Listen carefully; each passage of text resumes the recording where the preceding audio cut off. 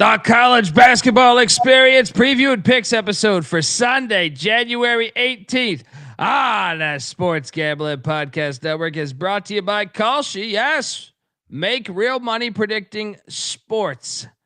Make real money predicting sports, people, with Kalshi. Kalshi is available in all 50 states, and you get $20 free with the promo code SGPN. That's Kalshi, Kalshi, promo code SGPN. So do that and let it ride. This is Dan Dickow, and you are listening to SGPN. Let it ride.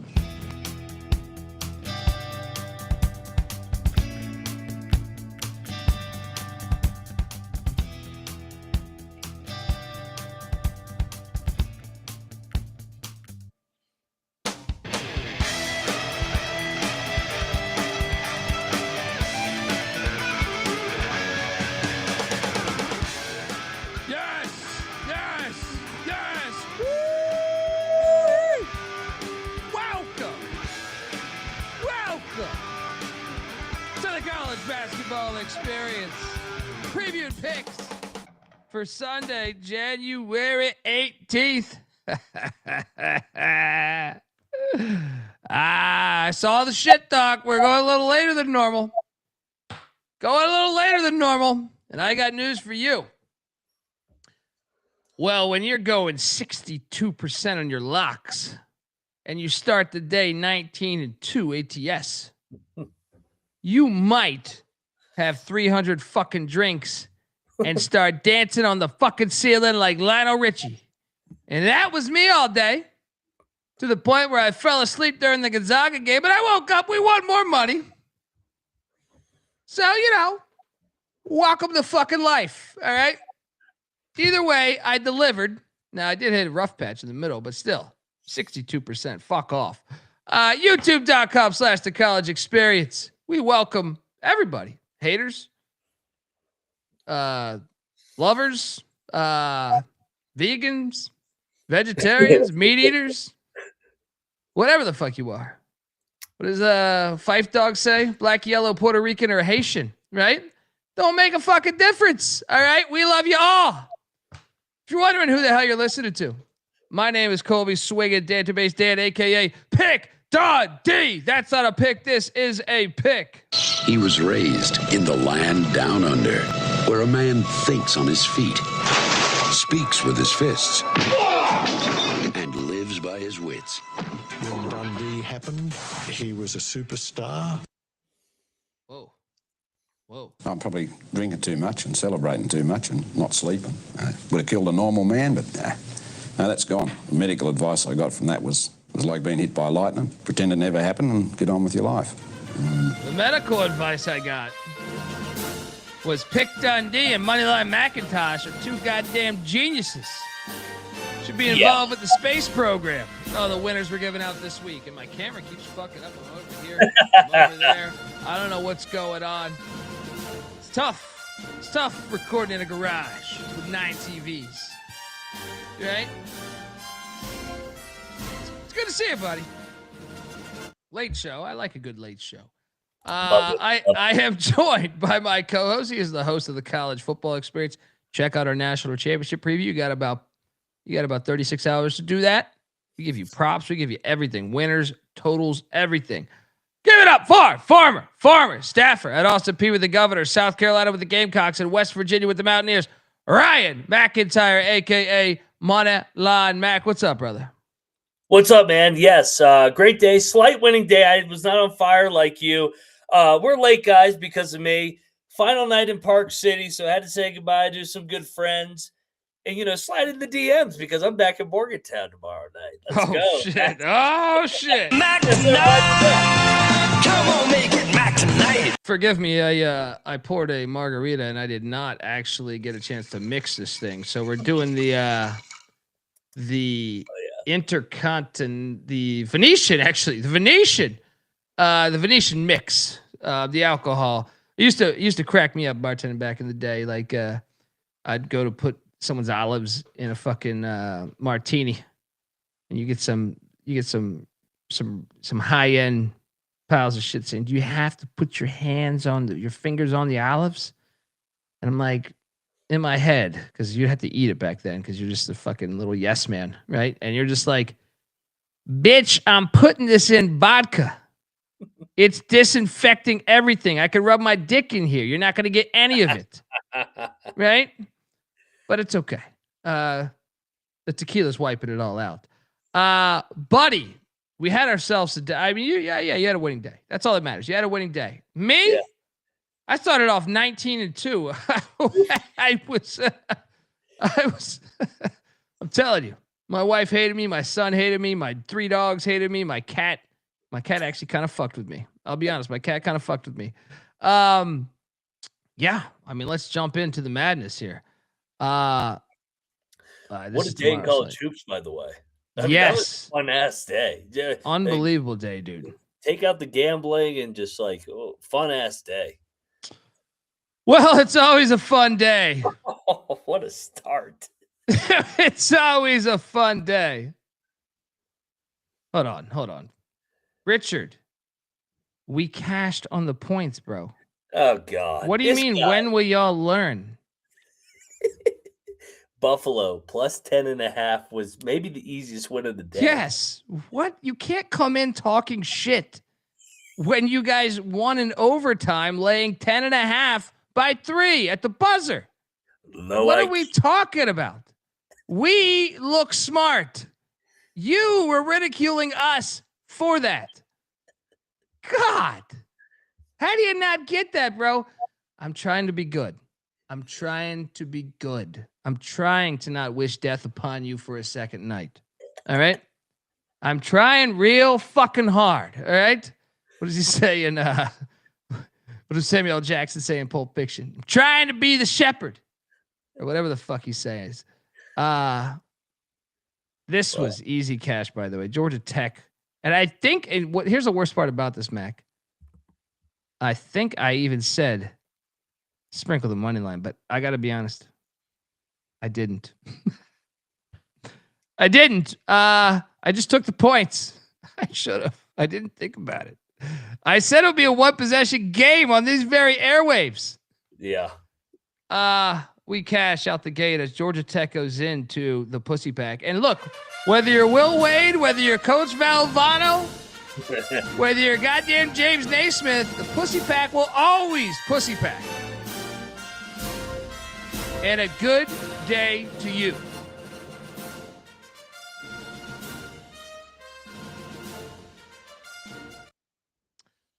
Double lock. Your thoughts on this beautiful outcome, Damon Stoudemire and company, dude. And this, I can only imagine. I grew up with a close friend that's a diehard Georgia Tech fan. It's got to be so frustrating when you see them play like this or at Duke. Yes, you got to think like, dude, we could make the NCAA tournament. I mean, tell me this can't. You have to be completely going insane if you're a Georgia Tech fan. They should have won in fucking Georgia too, and at Miami they were in the game. They when they play a top tier program on the road, they're automatic covering these numbers. I don't get this team. This is an unbelievable win and a very head scratching loss for NC State. NC State's got to be on the bubble, dude. I'm telling you, it's not Will Wade. It's the sacred ground of pussy that he lays on. You know. He's got to be an 11 seed. He's got to be a Cinderella. That's the only way NC State makes a run. What a loss. I mean, I can't believe this shit. I took Georgia Tech with you, but come on, NC State. You fucking lose a 16.5-point favorite? Yeah. I mean, and the fact that we knew it is even worse. We knew it. We're like, this Georgia Tech is live. I think I said they're live. I actually went back and watched it earlier today. I say at one point they're live to win this, or I think I said moneyline sprinkle, but I said 1-possession game, meaning I didn't feel confident that Georgia Tech would win the game, but I thought 1-possession game, which is fair because I didn't bet the money line myself, but I still mentioned sprinkle the money line. God damn it! So even my actions that I'm not doing are fucking hitting. Next up, Notre Dame, Virginia Tech.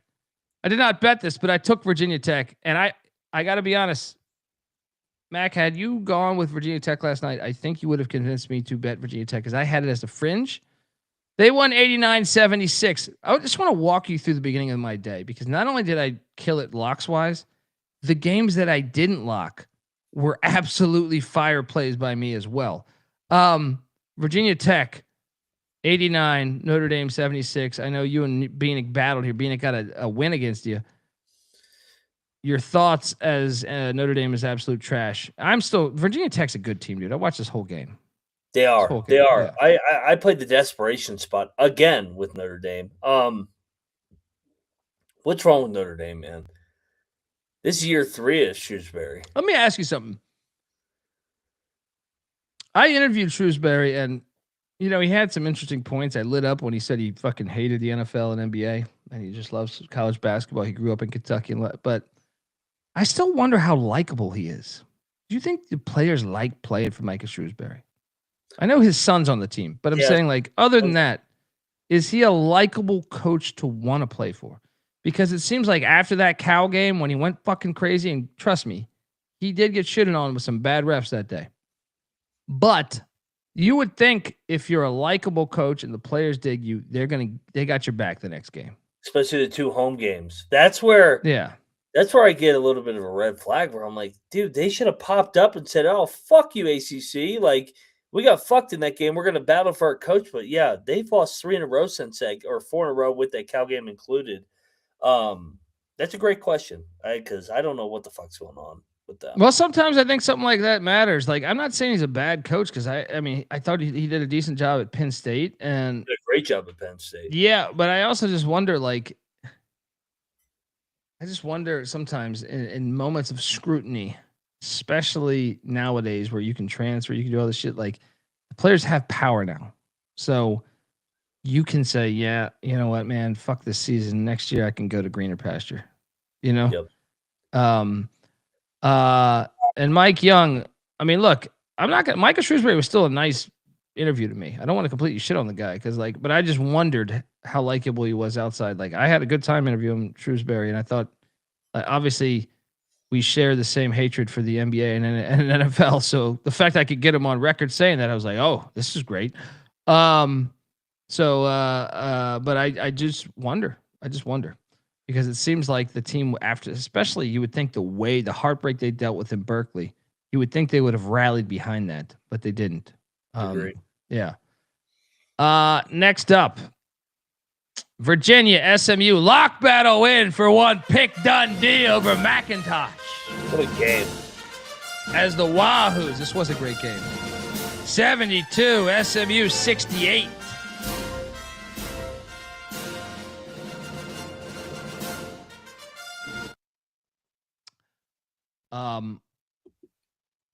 Virginia's really fucking good, and I'll give SMU some love here because Virginia got a 7 or 8 point lead. I don't know, like 10-minute mark, 8-minute mark, 6-minute mark, something like that. SMU battled all the way back, took like a 4-point lead. So like SMU, and this place was pretty lit today. Yeah. This was a great college basketball game. I mean, I think Virginia was the better team. They were up the longer amount of time, but SMU still had a 4-point lead with 3-4 minutes left. So they could have easily won this fucking game, and you could easily be on the other side of this lock battle win, talking shit to old Pick Dundee. What are your thoughts on a lock battle loss here with the Mustangs? This was a fun game outside of Boeheim, sounding half awake throughout this whole game. He's so bad. The quote of the day with Boeheim was, "Europeans never miss free throws." I go, way to keep it real, Jimmy. There you go. Get him another glass of milk. Dude, Virginia's the real deal. 16-2. They just went to Louisville and won. We saw what Louisville did later. We'll talk about that. And then my God. And then they go to SMU. Dude, Yeah. I'm starting to think, I don't think they're as good as Duke. They're not far behind Duke with that size and the shot makers they have on the team. Ryan Odom is doing the damn thing. Dude, I thought he was a good basketball coach before. I am convinced he might be very upper echelon of the whole sport. If he continues, if he continues at this rate. I thought it was a good hire last year, but I didn't think they'd be this good in year one. I know. Shout out to the Wahoos. it pisses me off. Virginia fans are so fucking entitled. So it's like, oh God, they're really good again. Yeah. Yeah. They're good. They're good. They That's a are. good team, man. That's a Sweet 16 team. Maybe they get the right draw. I think that's about to say it depends on the matchups, but yeah. Mount St. Mary's Canisius, man. I even mentioned this on last night's show saying, should we lock this? We stayed away. Mount St. Mary's won by 10. I felt great about this. I picked this correctly. I'm a pile of shit for not locking this. Even my losses were like my non-locks. I'm telling you, man, we're fire today. I feel like I should have bet just the entire board today, Mac. I feel like we should have bet 155 games or whatever, 145 games, because I just felt like every game for the most part, I hit like middle of the day, I hit a little rough patch for like 7 or 8 games, or went 8 of 12 or something, but I'm sorry, 4 of 12. Easy win. Mount's a lot better than Canisius, if we're being honest. I had this on for a decent amount. Yeah, Mount is a lot better than Canisius, although Canisius has been chippy. Yeah, we have to remind ourselves on these Saturdays that they're kind of like 3 days within one. Yeah. You get the early afternoon. That's basically like your Tuesday night. Then you get the 3, 4, 5 o'clock games. That's like your Wednesday night. Then you get the night slate. That's like your Thursday night. So it's you're gonna eat shit at some point throughout the day.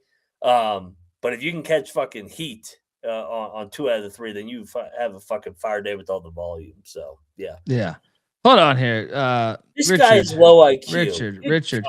Richard in the chat says, "Who cares about plus 10?" Well, Richard, we're a part of the Sports Gambling Podcast Network.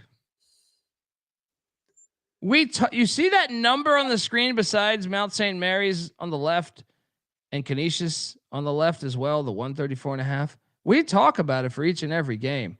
We highlight which is our best plays. It's kind of the whole theme of the show. I like to think we're an entertainment show first, but it's also mixed in with the entire fucking theme of being on the Sports Gambling Podcast Network.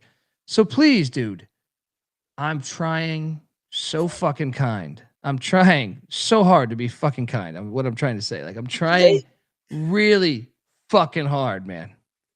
What are we talking about, bro? Do they not talk about spreads over at the Dick Pics site that you were on last night? You said you were going to check out the Dick Pics podcast. Yeah, I mean, you don't have to watch us, bro. I told you this last night. Go somewhere else.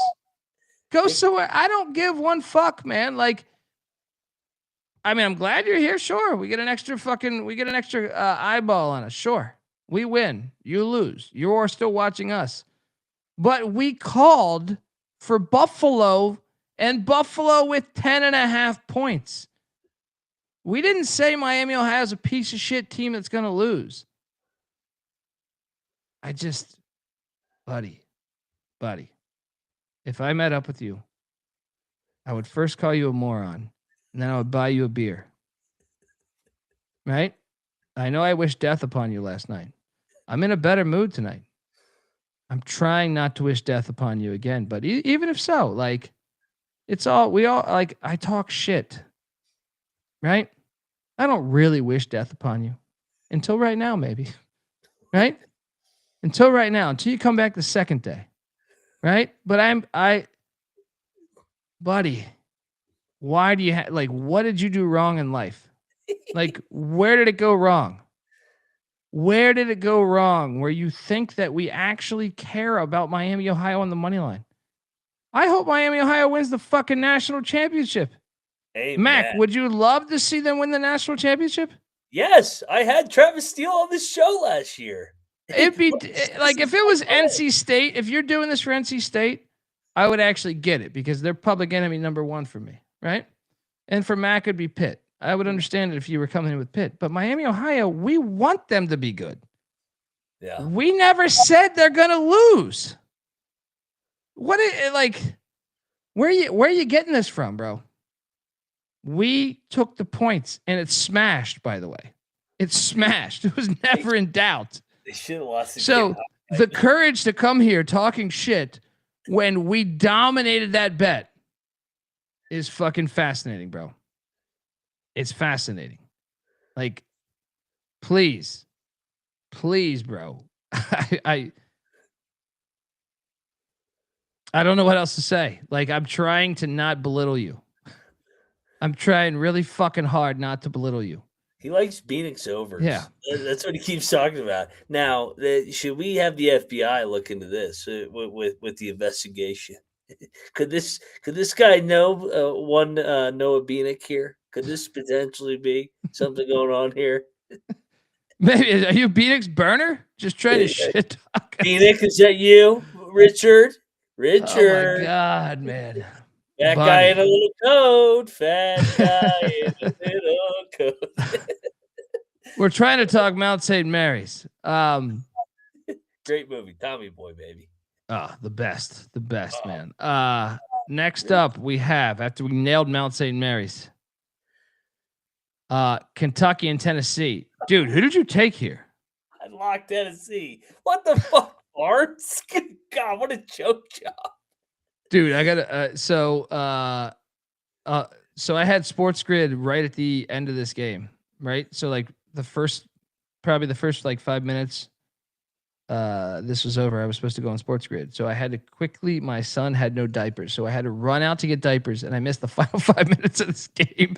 And I came back on Sports Grid quick. I got in the house, and I'm like, "Oh shit! Okay, we're live." Boom.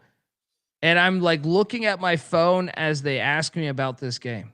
And I was assuming Tennessee had closed the deal. Right? So I was like, I thought in my head, I was like, Kentucky covered because they had battled back when I was watching, but Tennessee won. So I open up I go, Rick Barnes in a big one. And then my phone gets to the college basketball page and I go, and a big one that he loses like normal. But I'm telling you, man, I was like hot potato this thing, which I didn't even have this as one of my locks. I did pick Tennessee, though. This is the first game that I would have gotten wrong. What happened the final 5 minutes as I ran out for fucking diapers? Tennessee went through one of their scoring lulls, and Kentucky, dude, the comeback Cats. 18 points on Wednesday night, Tuesday night, whatever night it was, against LSU. Now 17 points down at Tennessee. This team, I don't know how good they are. I still don't think they're very good. But hey, that was a gut check win again today. Dude, that's like a magical win. That's like against Tennessee too. Like that's about to say on the road. They haven't had one of those this year, right? Where they were down. Like they had the was it the Indiana game? They were down. They battled back. Yeah, I mean they had the LSU game earlier in the week, but LSU sucks. Yeah. It's just it's a remarkable week for Kentucky. This is a rivalry win on the road. This is not like LSU. Yeah. No, this is way bigger, especially because Tennessee beat their ass in the Sweet 16 last year. So there was a little bit of revenge here, and there was a dust up after the game too. It was great. Yeah, it's funny. I saw some people say like we had a fight. I don't know if that defines fight. It wasn't a fight. It was a dust up. No, you got it right. Dust up where and as they should with great rivals. I just saw some college basketball accounts tweeted out as a fight, and I thought, guys, that's not a fight. Yeah, it's just a little shove. Yeah. It's a little it's supposed to happen in a rivalry game. All right. It's like a little kiss. Yeah, right there. Folks, want to tell you the college basketball experience is part of the sports gambling. It is part of the Sports Gambling Podcast Network. New year means new gear. The SGPN merch store, which stands for Sports Gambling Podcast Network merch store, has a bunch of new items for the new year. And right now you get 10% off everything with the promo code 2026. Here's an item I like. The SGPN sweaters that we offer, because SGPN stands for Sports Gambling Podcast Network. We talk about gambling. You can get that sweatshirt with 10% off with the promo code 2026 over at sportsgamblingpodcast.com or type in the SGPN or type in SGPN into the App Store or Google Play Store. That stands for Sports Gambling Podcast Network. Let it ride.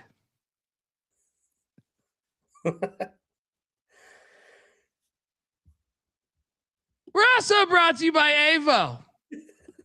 Make money betting sports with Avo. That's AVO. Avo is the best sports betting tool. It helps you make a profit every time you decide to place your bets. They do this by spotting arbitrage and plus EV opportunities. And they do that for you faster than your competitors. And they keep you organized all in one place. If you're new to arbitrage betting, you're finding opportunities in the market where you bet both sides to lock in a profit. They also have the cleanest dashboards. I actually really do appreciate that about them. It's super easy to understand and use, but they also teach you how to use it with step-by-step guides in case you have any questions. So just sign up. Pick the sports book that you use and let Avo tell you how to bet the guaranteed profit there. Still unsure? Check out their free Discord at Avo Official. That's AVO Official. And see the success people are having for themselves. Get started now at avo.bet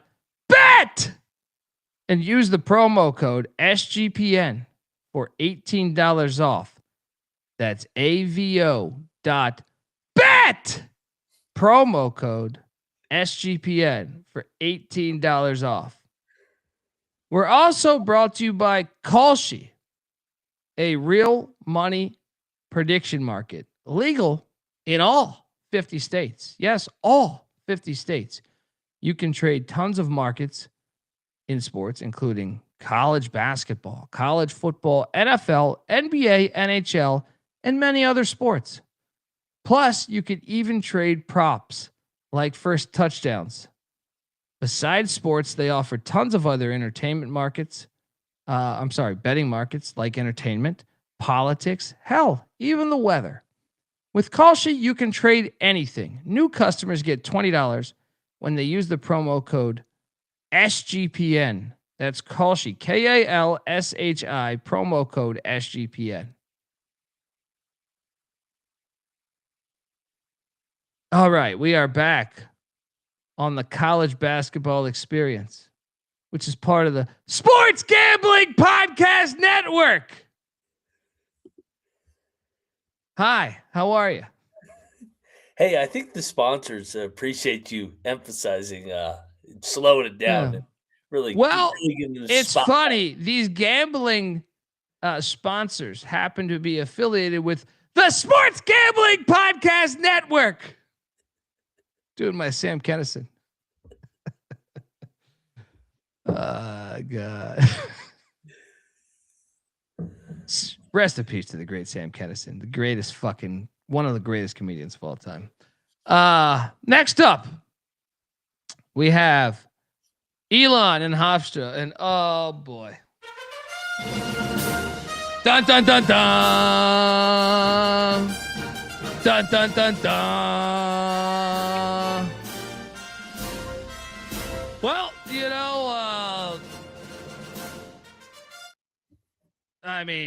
I think this was me and you. I'm not just going to celebrate for myself because I'm fairly certain that we not only we're in cahoots on this. I know for sure I said Elon plus 210 on the money line, which did hit. I thought we were in cahoots on this one. How about you? We were. Yeah, I was all over Elon with you. I think a lot of people just wanted to play Hofstra because they lost the previous game, but I think Hofstra, they're struggling a little bit to get stops on the defensive end. So A big win for Billy Taylor and company. They're good, man. They're both one game back first place in the league now. And this was kind of wire to wire. There was Yes. moments, there was little runs by both, but yeah. Yeah. I mean, shout out to Elon, man. Double lock, came home, money line play. I mean, if anyone else could be this sharp, I would love to know who. I would love to know who. Yeah. Butler. Oh God, dude. Don't do it again, Dundee. No. Don't do it again. Don't do it again. Don't do it again, Dundee. No. Come on, dude. You're already obnoxious and annoying, and you're gap toothed. So fucking, we hear the fucking air coming off your fucking main teeth there. What are they called? It's not the molars. What are the main teeth called? I just call them main teeth, but that's the Dundee education there. But the Dundee education would have told you. The Dundee education not would have told you, did tell you that the Butler Bulldogs would win on the money line.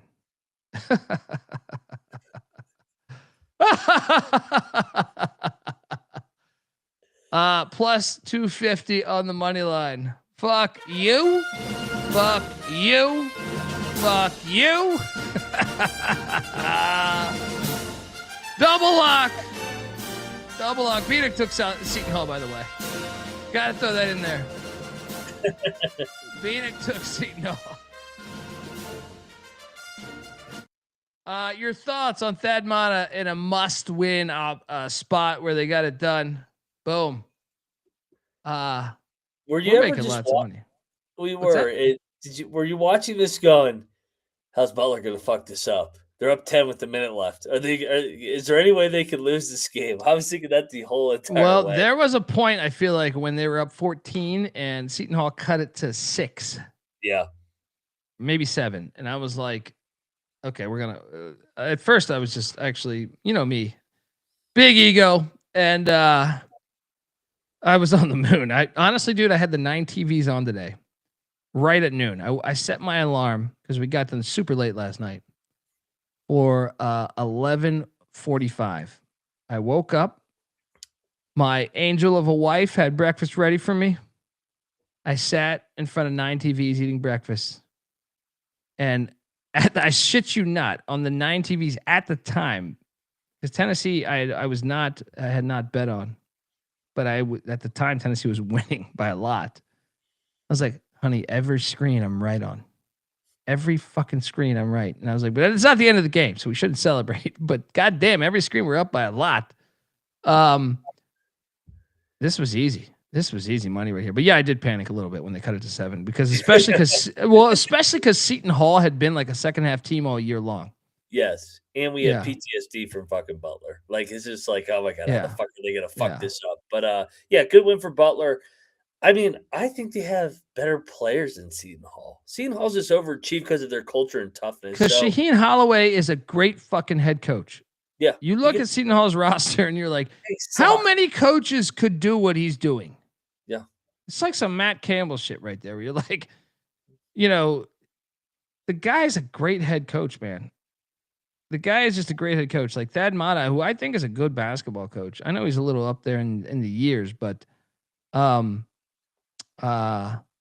yeah, I mean, like, I kind of thought like, man, maybe the moment has passed Thad by, right? Because this season has been rough. Last season was rough, and I was bullish. on that, on the rehire of Thad Matta. Yep. But it comes through here, and we're back. Me and Thad, like best buddies. We did sit and watch the Xavier game as a fan once. So, let's go. Next up. No, don't give me another win. You locked up George.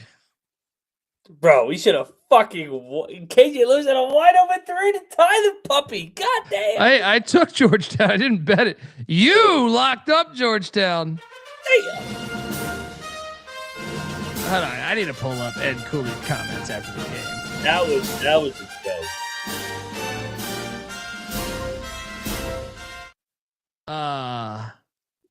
Tell me you saw Ed Cooley's comments. I commented on him. I was like, "What the fuck are you talking about, bro? You're paid $6 million a year to win basketball." All right, this is his comments after a loss to UConn. There's a lot worse happening right now than Georgetown losing a basketball game. You know what we are? We're blessed. We're blessed to be 9-9. We're blessed to be 1-6 in the league.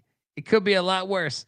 Ed, it could only be one game worse. I guess you could be 0-7, so you're not wrong. Dude, I've defended Ed Cooley a lot on this very show. I got You sound fucking terrible. You sound fucking terrible right now, bro. You sound absolutely terrible. I'm about to join the fucking Providence fan base. What the fuck, Ed Cooley? What is that shit? This ain't fucking Little League, motherfucker. Win a fucking game. 1-6. Was he being Clark? Clark says they were taken out of context. Was he being sarcastic? Because that's the one thing I'll say is sarcasm nowadays, or I mean maybe ever, but sarcasm is something that only the smartest can retrieve. In America, they don't have sarcasm in a lot of other countries, and that's not a diss to their education. But I'm saying, was he being sarcastic? I don't know why are you being sarcastic after you're 1-6 to start fucking? Well, I could get it being like, oh, I get it. There's worse things. Like if you're being a dick back to the questionnaire, you know what I mean? Then I can understand it. Like if the question was like a dickheaded question from the start, then I could see myself being that sarcastic where I'm like, oh no, look, there's worse things in the world. Look, 1-6, like I could see it then. I could see myself doing that. Was that what he was saying? Clark says the question was, do you deal with not having the season expected, and how you deal with it? So he was being sarcastic, Clark, right? Because I do have a lot of issues with that answer. Like reading from the article, you know what I mean, or reading from the tweets that the people that covered this the press conference. Either way, nice hit. Do you think they win at Villanova this week? No, I don't. So they're about to be 1-7 in the Big East, and he's got to go to the dunk next Saturday. Oh my God! God damn it, Ed Cooley! He's still I do believe he's got to figure it out next year, though. But they, you know what though? They get the rev share next year. All the Big East schools get the rev share. But he definitely could have helped himself this year by some of these, like, had he just gone a little bit closer to 500 with some of these other games. I mean, you're not supposed to beat UConn right now if you're at Georgetown, but that's interesting though. You see, it's like it's all how you paint it. I'm glad Clark's in here to fucking say that, because if he's being sarcastic, Mac, then that is completely reasonable to me. If he's being sarcastic, I get it 100%. I mean, you still should have a better basketball season thus far. But if he's being sarcastic, I would do the same. I do it all the time on this show. You know what I mean? Yeah, I'll give him a pass then. I'll give him a pass. He's not Hitler. Never, even had he not been sarcastic, I still wouldn't have compared him to Hitler. God bless the youth. I mean, yeah, he shouldn't beat UConn, but he should beat DePaul. He should beat Seton Hall at home. Those got to be wins. I agree. But I mean, and he knows that. I mean, but I will say, if he's being sarcastic, then I don't really have a problem with what he said, because to me, like sometimes if you're irked with a question, I don't know about you, dude, but sometimes like even argue with my wife, I'm super sarcastic. So sometimes it just goes over the head of like, and I love my wife. She's a smart, fucking beautiful fucking woman. But sometimes the sarcasm just goes completely over the head. And I'm like, honey, no, I did not actually wish to do that. I can. You know what I mean? Like, I did not actually wish to do that. I'm just being a sarcastic pile of shit. You know what I mean? If you ask me that question, I was offended by the question, so I answered sarcastically. Maybe that's what happened. Yes. Yes. Yes. Yeah, I know what you mean. Daniel Katie says, what the fuck are we talking about? We're talking about life, baby. Life. Daniel, how long have you watched this show? We don't know.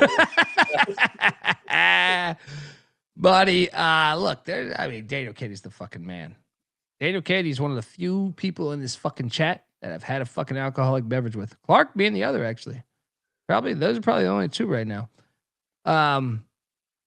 Next up, nice money line, or nice lock, by the way, with Georgetown. Bully. I will back you next Saturday at the Dome. This was my first loss on going 19-2, at least by the way the slides went. And what makes it even worse is I didn't have it as a pre-lock. We talked ourselves into this one.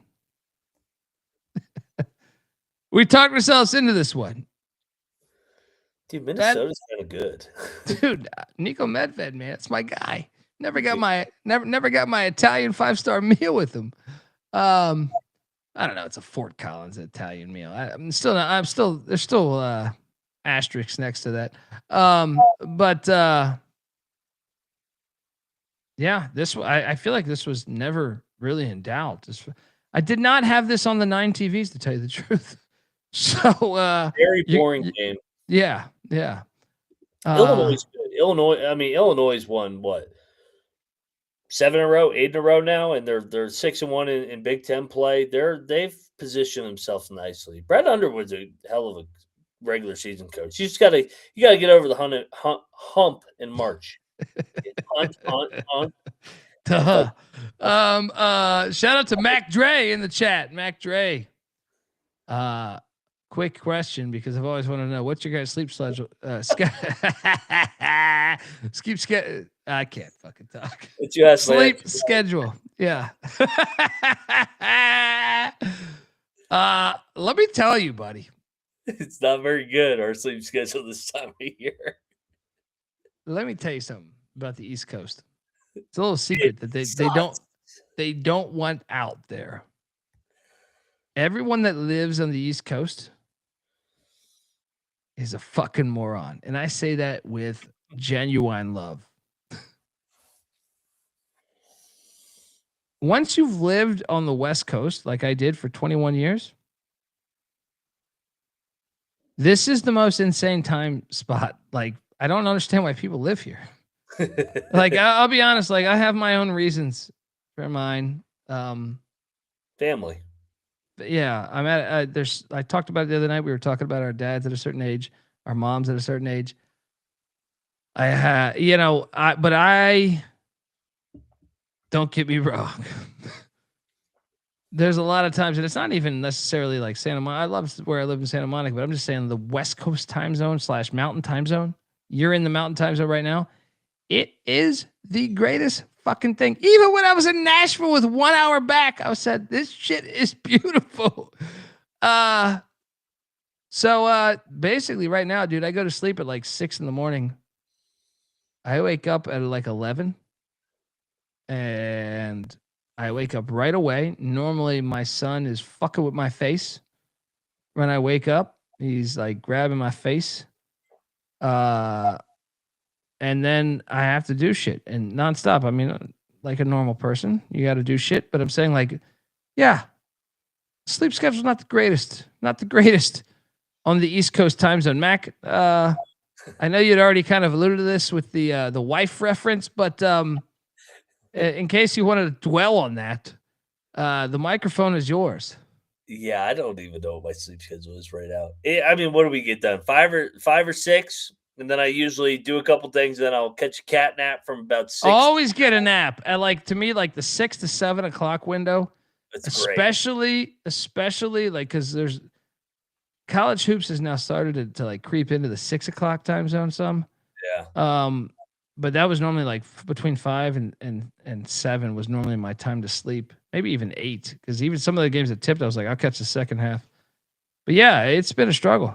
Honestly, like it's built better for the West Coast or the Midwest. You know, the show was built on that for years. The show was recorded. This is our first year on the East, or my first year on the East. But Mac's always been a wild animal. I usually 5 a.m. to 8 a.m. is usually a nice solid 3 hours, and then I can get a nice little lunch hour, and then one more later in the afternoon.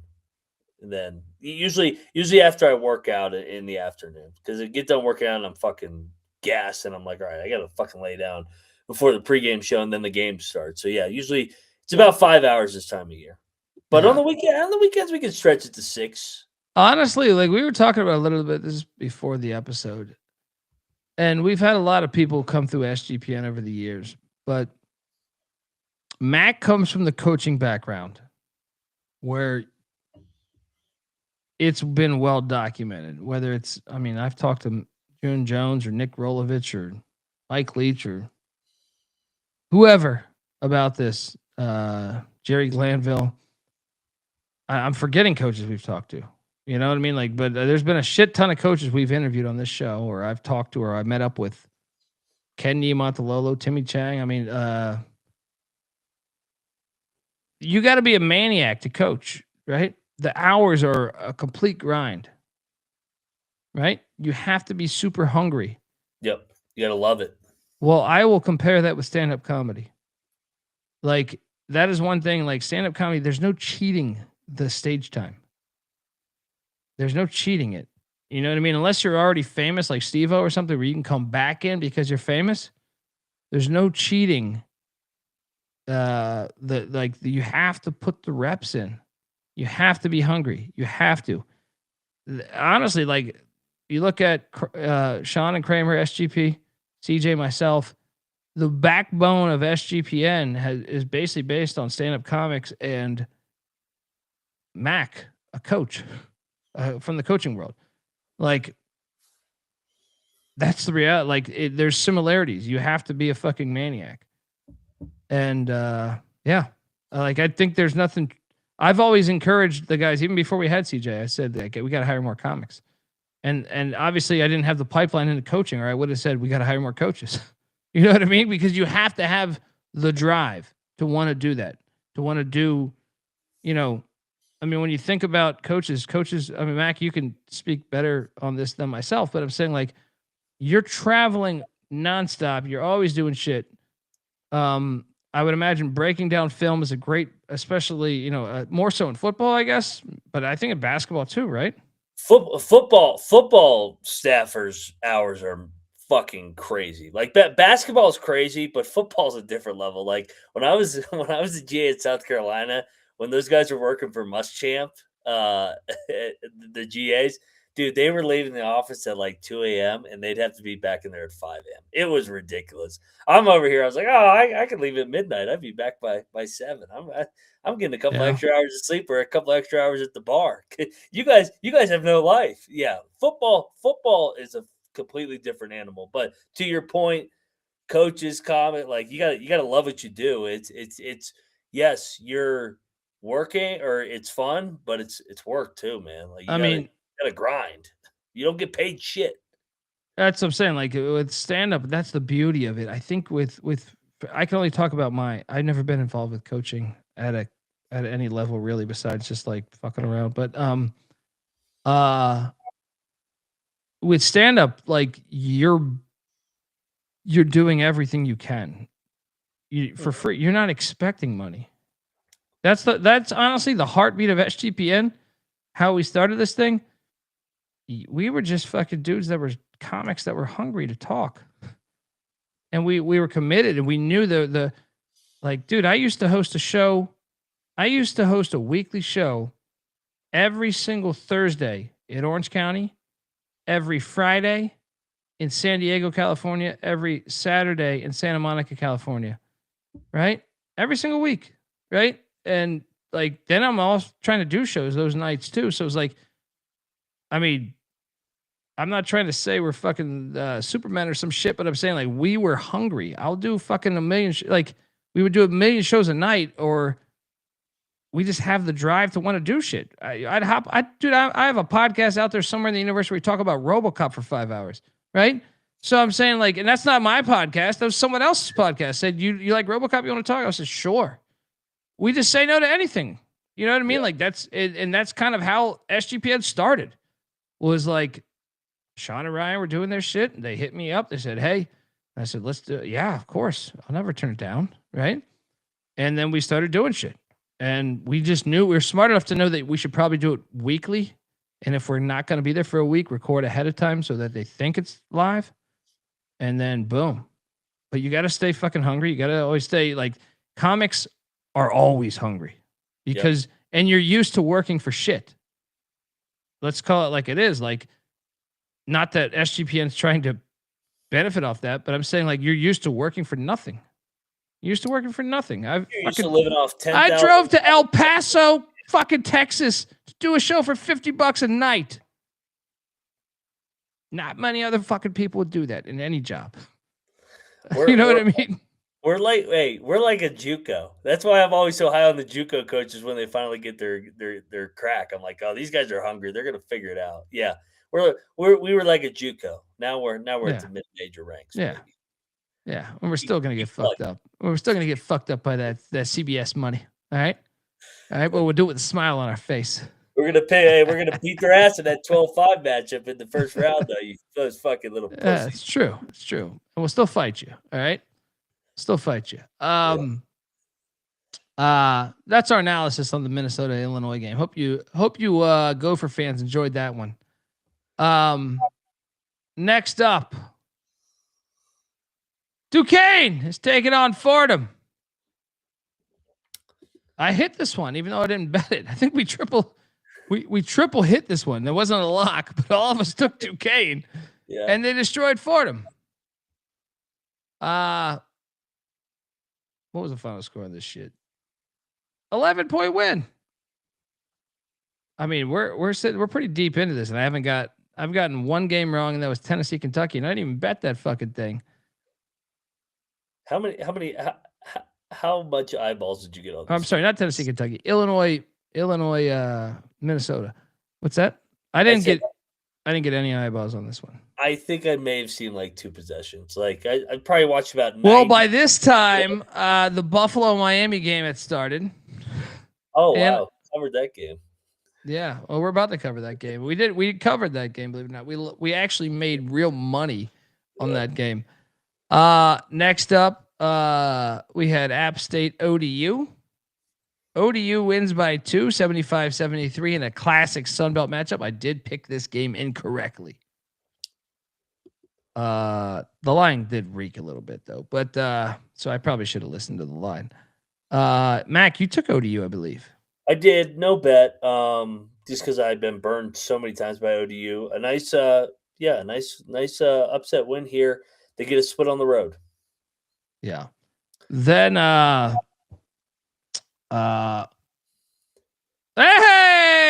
winner.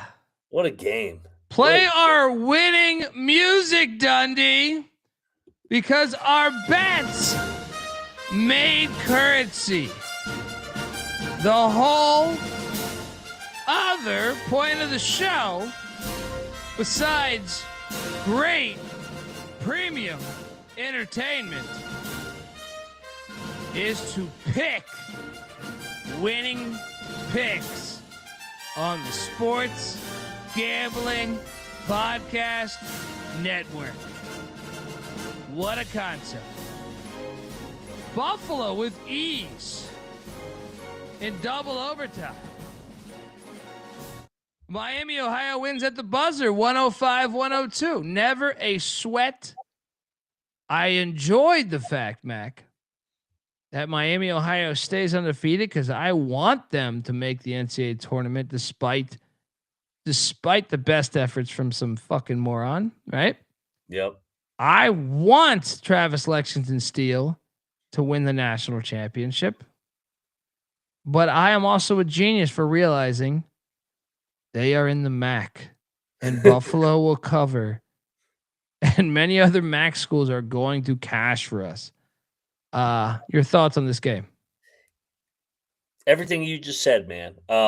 This is the best case scenario. I like when I knew we had won Buffalo in the points, I was rooting like hell for Miami of Ohio. I want them.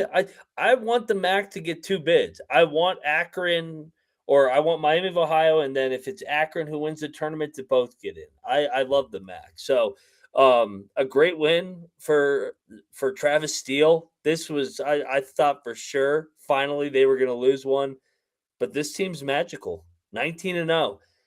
They better watch out on Tuesday night because dude, I follow Kent State on social media, and they're already promoting the drink sales for Tuesday night's game. When they're coming in there 19-0 to Rob Senderoff and company, I said, "Oh boy, they might be walking into a hornet's nest." Now we might have another conversation, Houston Texan, whatever the fuck your name is. Yeah. Once that happens on Tuesday night, but stick around, keep subscribing, or not.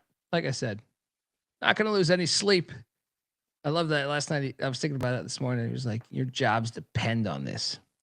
He thinks like this is like a corporate thing. We created it all, bro. I am my boss. We can talk about lollipops if you want. There is no harm here. We might lose followers, but then again, when we started, we had none. We're always up as far as I'm concerned. That's what she said. And yeah, and if you followed me, trust me, you're always up on these fucking Dundee specials. Next up, Chattanooga, Western Carolina. Glad we stayed off this one. Win for the Mocs. Yes, the Mocs won 90-82. I did take Western Carolina on the picks page. So I would have got this one wrong had I been forced to bet this one. Didn't have a good feel for this one though. The Mocs needed this one though. The Mocs got to come back around. Maybe this is the moment. So, your thoughts? Throw the Mocs in there of programs that we just know are going to figure it out. They were 0-3 in league play. Now they're 3-3. They'll find a way to still, under Dan Earl, win what? In a down year, they're 9-10. They'll still win 17, 18 games in a down year. Yeah. That's what they do. Yeah. I feel like without Bieniek here, I'm missing people donating money, and I apologize to all of them. I'm trying. The money part's tough. Yeah. Especially rapid fire. Especially when that fucking retard keeps commenting. Like I keep fucking. That's okay. Yeah, we're only winning here. But Bill Russo. There you go. Giving us $10. Great picks today. Saw the movie Primate. For any moviegoers, that a horror flick, I'll recommend something, and I would challenge everybody because I don't think I picture myself as the quote unquote guy to go check out like anime. I don't even know this would describe. I don't even actually know if this is anime, but there's a TV show called Primal with no dialogue really that I highly recommend, and it's an animation, and it's fucking awesome. What is Primate? I feel like I've heard of it, but I'm just not connecting the dots here. Next up, Eastern Michigan's at Bowling Green, and Bowling Green. Is an entertaining game. I didn't watch this one. Did you bet this? Why were you watching this? But I had Bowling Green, and Bowling Green had a huge lead in this game, but EMU comes all the way back. Yeah, Bowling Green had a 21-point lead, and Eastern Michigan had a fucking lead with 5 minutes to go. But Bowling Green comes out on the right side. Good win for a win for Bowling Green. Yeah, it was actually I would have picked this wrong too because Eastern Michigan did cover, only a 6-point loss. Yeah. Yeah, I would have took Bowling Green too had I been forced to. Next up, Bama, Oklahoma. This is the one. Bama 83, Oklahoma 81. Like I said, I started off 19-2 on locks. This is number 2. Oklahoma covers the number, but still manages to lose, and I still think Porter Moser is going to be fired after the year. Mac, your thoughts? Did this game not sum up the two programs? Like Oklahoma, I don't know how the fuck they lost this game. They led the entire game. They had like a 5-point lead with like 3 minutes left, bro.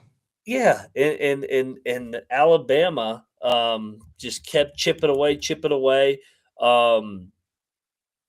Yeah, man. Phylon made 2 back-to-back big threes and then had the and one. And somehow Alabama almost covered the game. That was hilarious. But yeah, this is Oklahoma in a nutshell under Porter Moser losing this game. They had no business losing this game. At least the crowd was a little bit better today. The other day, what day was that? Tuesday, Wednesday? That shit was terrible. Yeah. This is another collapse by Oklahoma against Alabama and Norman. Football Yeah. last month, now basketball. Amen. Amen. And Matt in the chat, I want to talk about this for a second. I don't know what happened here, but I can tell you this as someone that's met Joe Scott, 3 straight years. I would love to know what happened here because Joe Scott, I think, he's made no mistakes or how do I say this? He's made it known that it's the hardest job in college basketball because they are in the Mountain West and Army and Navy are in the Patriot League. And I believe he is right. But also I think he's a good basketball coach and I think he's a solid dude. And from what I understand, the other coaches really respect him. I'd be surprised to see where the story goes. I'm not going to rush to conclusions here because Joe Scott seems like a quality dude the times I've met him. I'm curious what the allegations are. I'm getting Pat Fitzgerald vibes on this one. Yeah. Yeah. And these dudes are going to be in the military, the Air Force here after they're done playing. This better be something real for him to get suspended. Like, come on, you're at the fucking Air Force. Like, well, I'm hoping that the Air Force. And by the way, shout out to Donald Trump. I don't know that I've ever said that, Mac. Oh, you saw the Army Navy headline? Look, I'm not the biggest Trumper. I don't mean to take it political, but I'm saying like he ruined the USFL. I hold a grudge on anybody that ruins football. Him getting the Army Navy game locked into that Saturday. That's the best thing he's done, man. It's the best thing he's done. I saw that headline. Tears in my eyes. Tears in my eyes. All right. I saw that headline and go, yeah, Colby's gonna like that. Look, like anyone that's telling you like every politician's a pile of shit. You're somewhat right, but there's always things that each individual can do that. And I'm not even saying I fully fucking hate all of his shit. Some of his shit I might agree with. I can tell you this. I don't know that there's been a politician in my life that I fully agree with. Right? So, yeah. So, but I'll tell you this. You have my attention, sir. You have my attention. Between that and the kickoff, He has my attention. All right. He has my attention. There's some other shit that I'm like, okay, maybe you're being a pile of shit. You know what I mean? But, you could do that for every other politician in the history of time, right? Army Navy should always be in December and always be on that Saturday. Amen. Thank you. If that's accurate, because it's only like 6 hours into that tweet. Next up, Wagner, New Haven. I smashed this one. New Haven. Good win. Lay 1.5. This was a double lock for me and Mac. And a good day to you.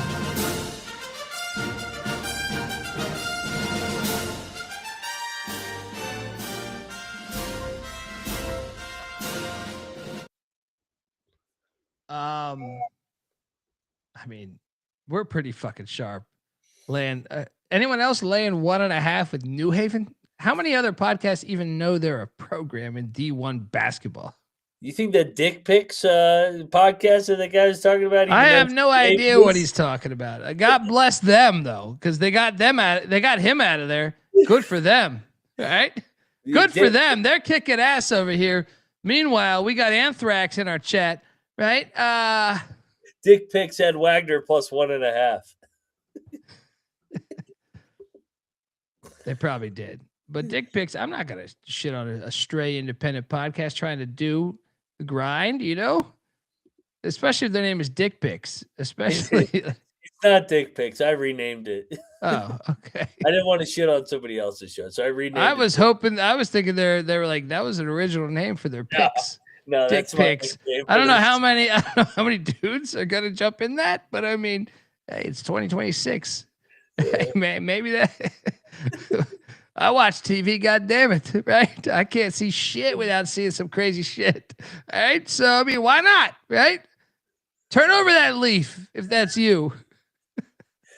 Next thing you know, they're gonna be giving out pics on fucking Brazzers over there. Jesus Christ, what the fuck is this world coming to? I mean, you got to drink. Are you kidding me? Are you kidding me, Chad? The certain people that have one starters being like, all these guys do is drink and watch basketball. That is accurate. That is accurate. Well, why wouldn't you want to drink? Yeah, in football. Why wouldn't you want to drink when you see the world? Shout out to New Haven cashing for us. Mac, you locked up UCLA. I took Ohio State.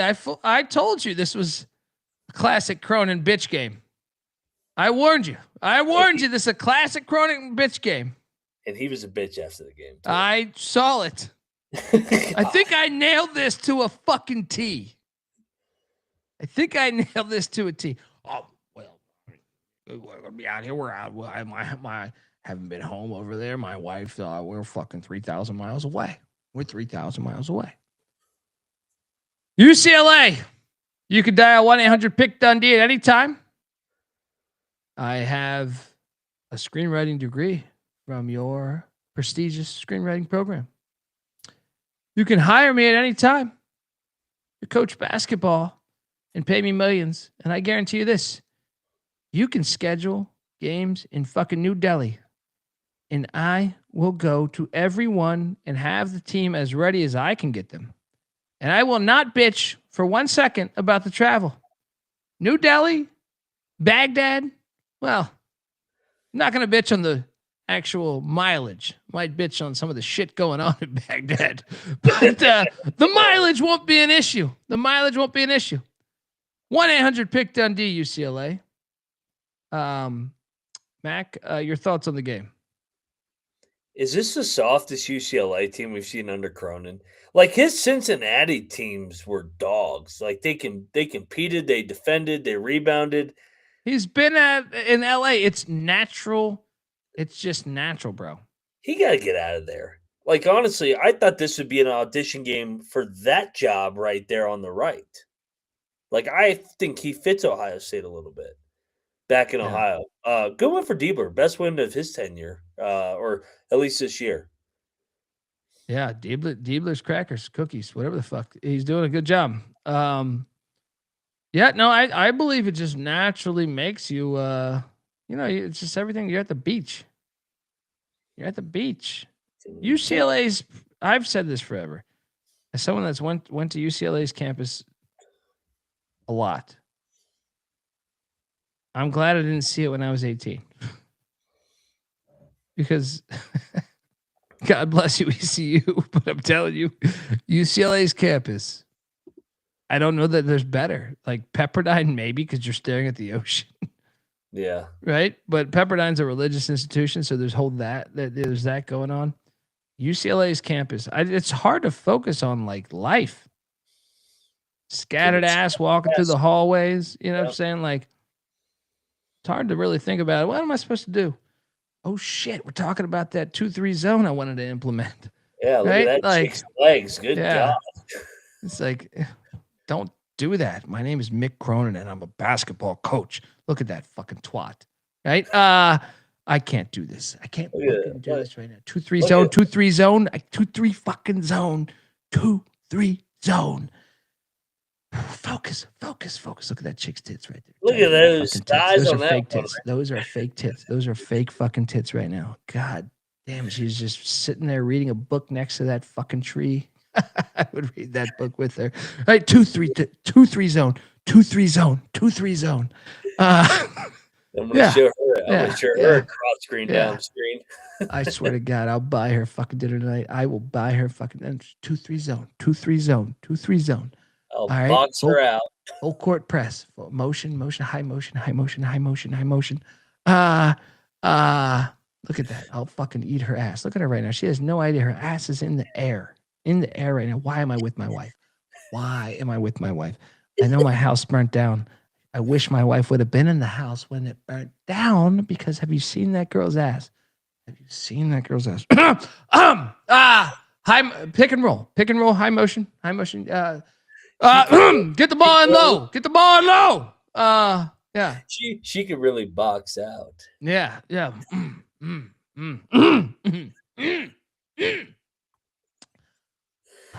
Mick Cronin is my name. Mick Cronin. Woo! Hey, how are you? Screenwriting program, huh? Acting. How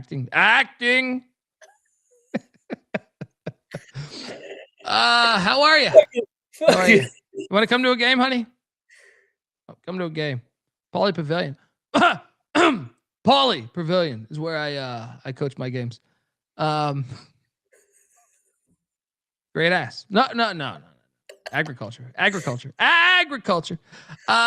Yeah. What's that clip? What's that Hawaii clip that you like? Oh man, I don't have it on here, but I used to have it on here. Yeah. What's her name? You got a great ass, Corleen. She goes, "Thank you." He goes, "Hey, nice ass." Yeah. He goes, "Hey, Corleen, you got a great ass." Oh, really? Thanks, Pilgrim. It's such a great clip. Shout out to Chris in the chat. Should I go for some UNLV scattered ass while I'm here? Yes. Why not? Wait, are you visiting Vegas? Because UNLV plays off campus. Thomas and Mack is not on campus, but it's worth a shot. I mean,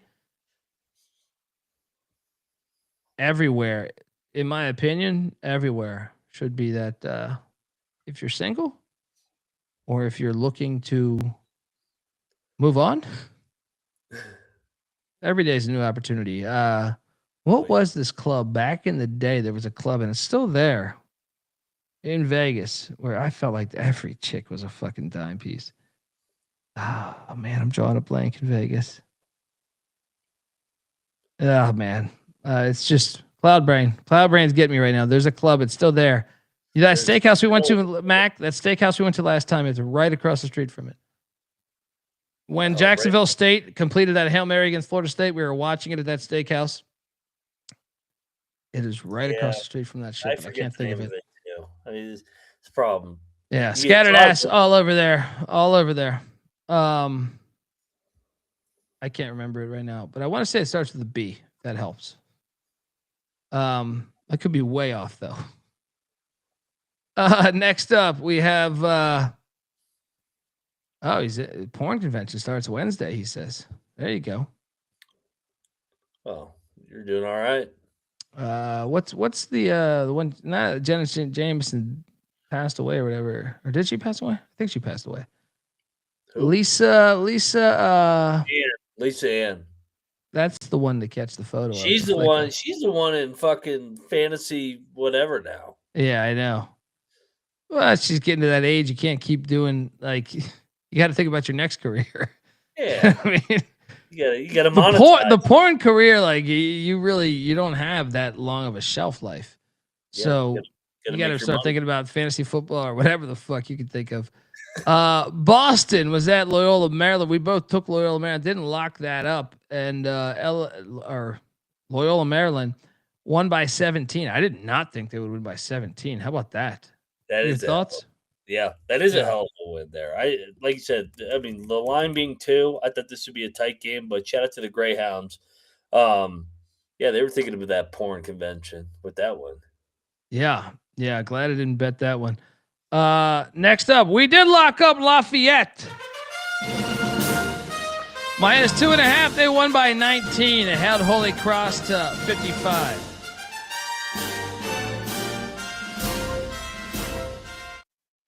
Easy money. Line stunk. Buddy, like this start to the day was just incredible. I'm telling you. Yeah. Next up.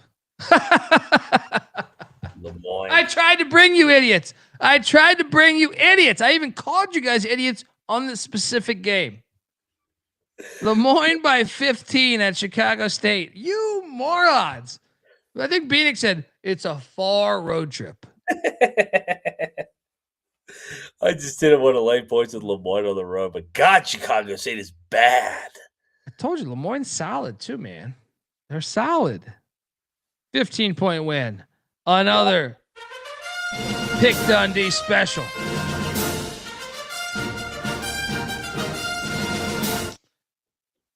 Well, maybe we got the next game wrong. St. Peter's. We didn't bet at this, I don't think. Did you bet this? You bet this? No, I stayed away. Yeah. Actually, though, I would have got it wrong because I would have lost by the hook. Because St. Peter's laid 10.5. They won by 11. We did not bet this game, but shout out to the Peacocks. I'm actually surprised they won by 11. Your thoughts on this one?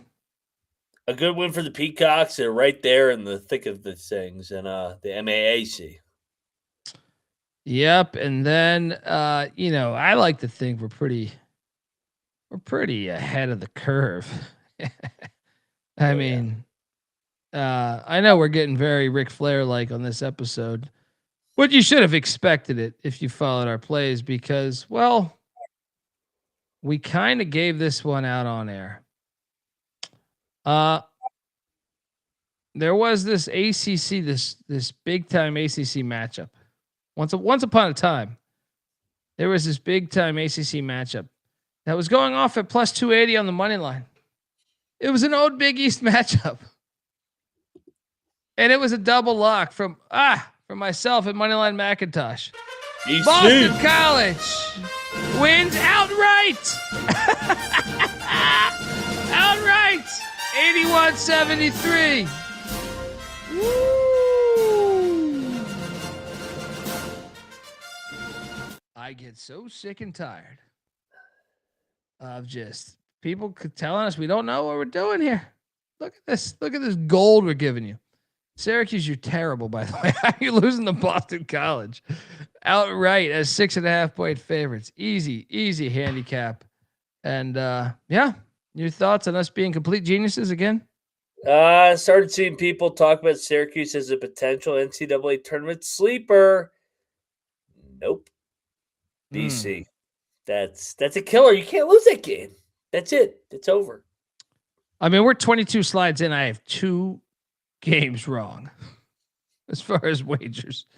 And I have a lot of locks. I mean, I think I might have 4 games wrong total, but I'm saying, like, as far as my locks at this point, 2 games wrong. And 3 money line hits. Next up, East Tennessee State, Sanford. None of us bet this, but I will say this. Fun game. I picked ETSU, and they only won by 1, so I would have got this game wrong. ETSU wins by 1, 76-75. This was a fun game. I had this on one of the screens. You didn't bet this, right? No, Sanford had the lead with 7 seconds left, and then this was a great fucking game. Back and forth, down the stretch. Every single possession was going back and forth. But then we had a triple lock on North Dakota State, laying 1.5, and they won by 3.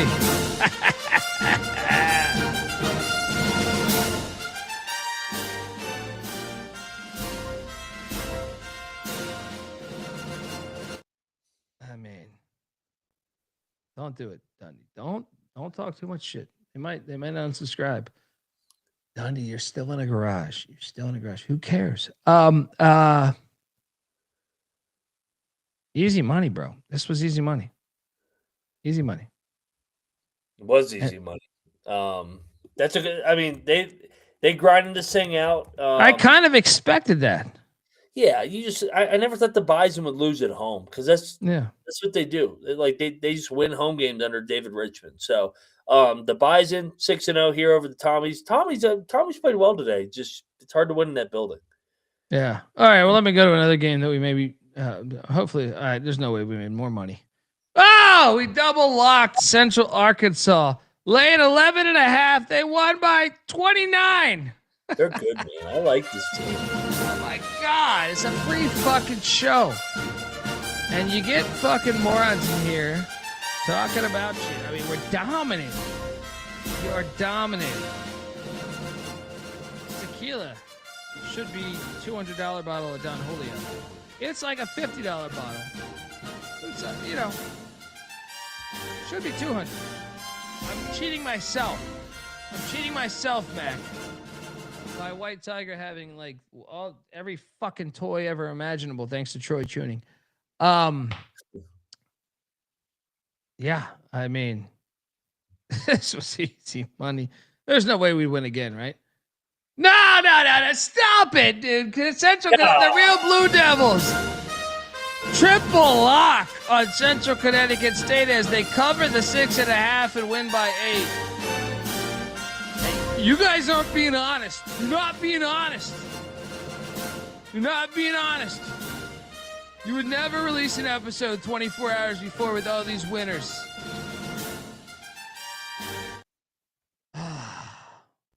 Man. We're going to Columbia again soon. I bought that fucking flight tonight. I shit you not. Winter chicken dinner, baby. Yeah, I need to go to fucking Bora Bora. I told my When wife are you going tonight. to Columbia? April and May? April. I won so much money tonight. I was like, honey, we got to do this before I get stupid and start buying random shit. I look at way too much random shit online. I'm stuck in out of the middle of fucking North Carolina. Thought about adding a bowling alley into the fucking room. I look at dumb shit. I really do, dude. I look at a lot of stupid shit. You get bored. Cost? What's that? How much does a bowling alley cost? Dude, you can get like a 2-lane bowling alley in your house for like 5 G's. Yeah, that's cheaper than I thought. I thought it'd be $10K.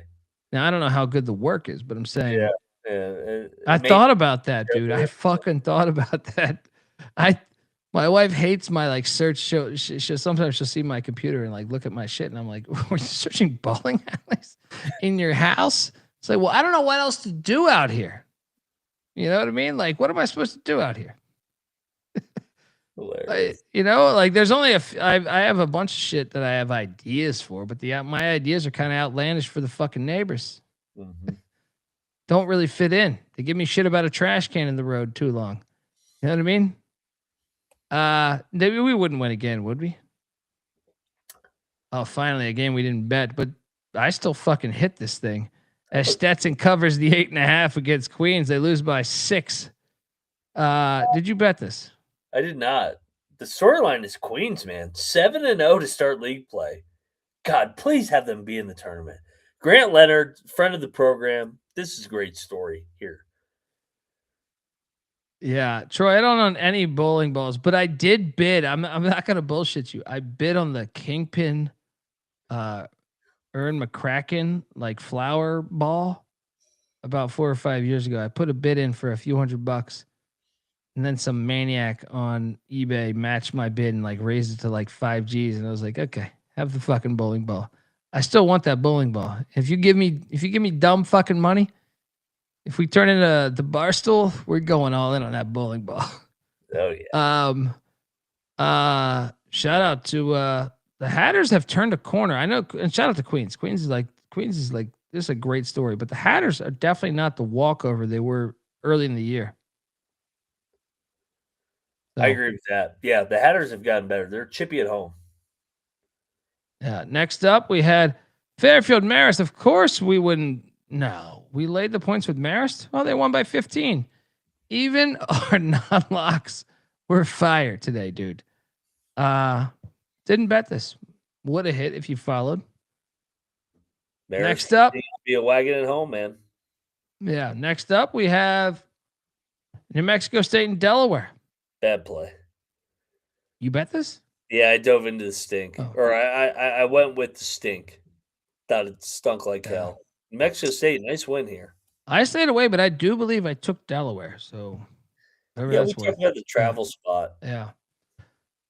New Mexico State drove them by like 30, 29-point win by New Mexico State. Wire to wire. Then, how about this one? We were fucking sharp as a tack on this Woo, one. Asheville, baby. The line made no sense. All right, Winthrop by 2 over Asheville.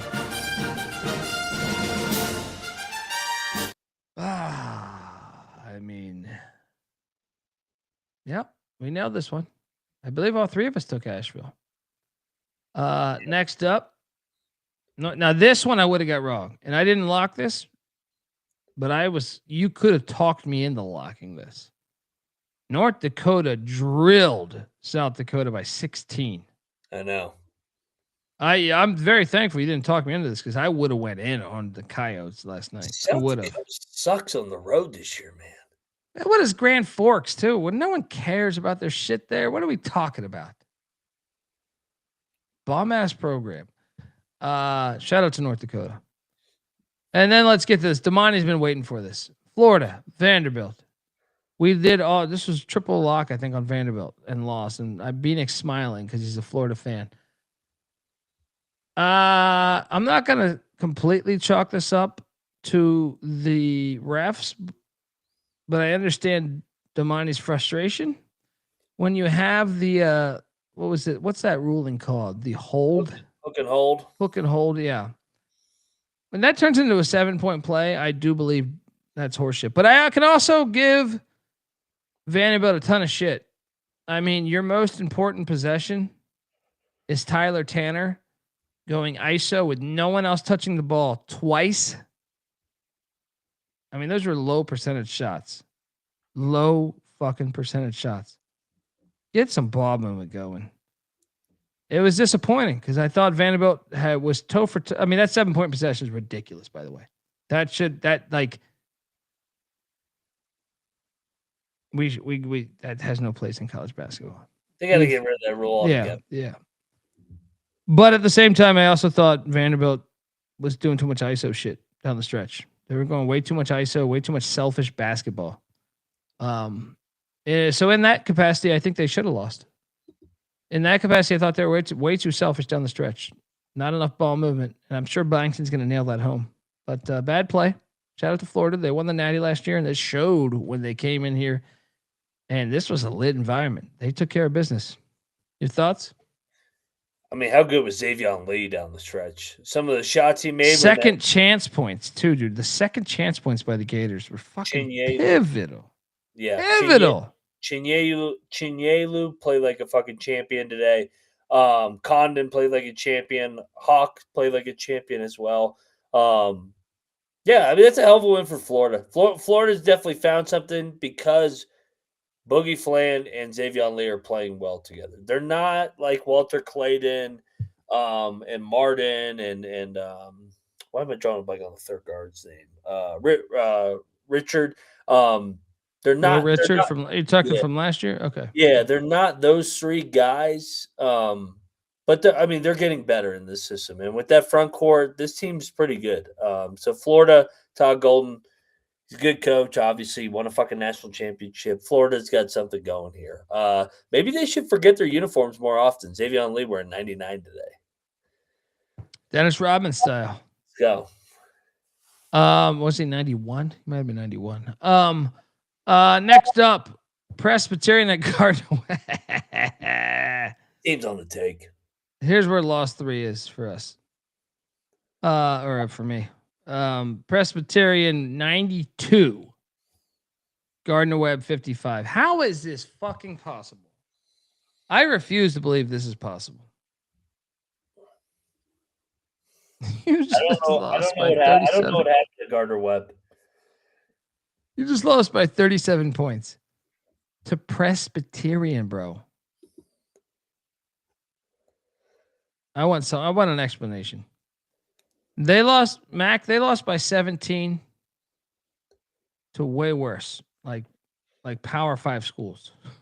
I know. This needs to be investigated. This needs to be investigated. Don't worry. I jumped right back into the mix with I locked up Florida Gulf Coast. And they won by 18. I was laying 9.5. I was even getting tweets. Watch out, the leading score might be out. No problem. West Georgia's leading score has been out their whole goddamn existence. All right. Easy goddamn money. Easy goddamn money. I tried to bring you along. Did you go? No, stayed off it. I had 96 bets today. Yeah. Well, you need a 97, brother. I was trying to bring in some of these ones. If I had played that, it would have been 52 and 45. I wish I had added that one. Next up, we had Western Michigan Akron. Of course, we took the points. And guess what? It covered. They only lost by 15. Didn't even bet this one, but we nailed this one. All three of us. I think this is triple play. Not a triple lock, triple play. Next up. Yeah, we did lose our ass on this one. I even got 7.5. Okay. Shout out to you, Sienna. Next up. Yes, we did cash on Sam Houston State. I believe Bieniek took the Sunblazers. But me and McIntyre took Sam Houston State as they won by 13 at your Pitbull basketball arena or whatever the fuck you're calling it. Bearcats playing well, man. Told you they're good, man. They're legit. They've passed the eye test every time I've watched them. Then we did have this one, and I'll be honest, I am very thankful we didn't lock this because I had this as a fringe lock yesterday. Did not hit this game, but Cleveland State won outright. Bieniek had some evil thoughts for Cleveland State last night. Well, they listened. They won outright against the Penguins there. Your thoughts, Mac? Fucking Youngstown blew a 10-point lead in the second half. This is a terrible loss. Good win for Rob Summers and the Vikings here. Youngstown continues to struggle. Then Detroit double lock. Yo, baby. Against Ooey Pooey. Detroit wins 80-77. Johnny, stop. Johnny, stop. You're winning too much. You're winning too much, man. You're winning too much. Don't do another win. Well, actually, based on the slide, it would have been incorrect. But I got 5.5 with Mercyhurst. And boom! They lost in overtime by 5. Mercyhurst comes home for Dundee. Still can't believe they lost to Stonehill, though. If I'm being honest, off the record, terrible fucking loss. I actually think this next one might have been our worst play of the day. Iowa kicked their ass. This was a bad play. This was a really bad play. We double locked Indiana, and Iowa just whooped their ass by 17 in Assembly Hall. They've lost back to back at Assembly Hall. Wow. Horrible play. It happened. Indiana never had the lead. Yeah, this was an ass whooping. Yeah. Iowa completely controlled the tempo. Sturts and company.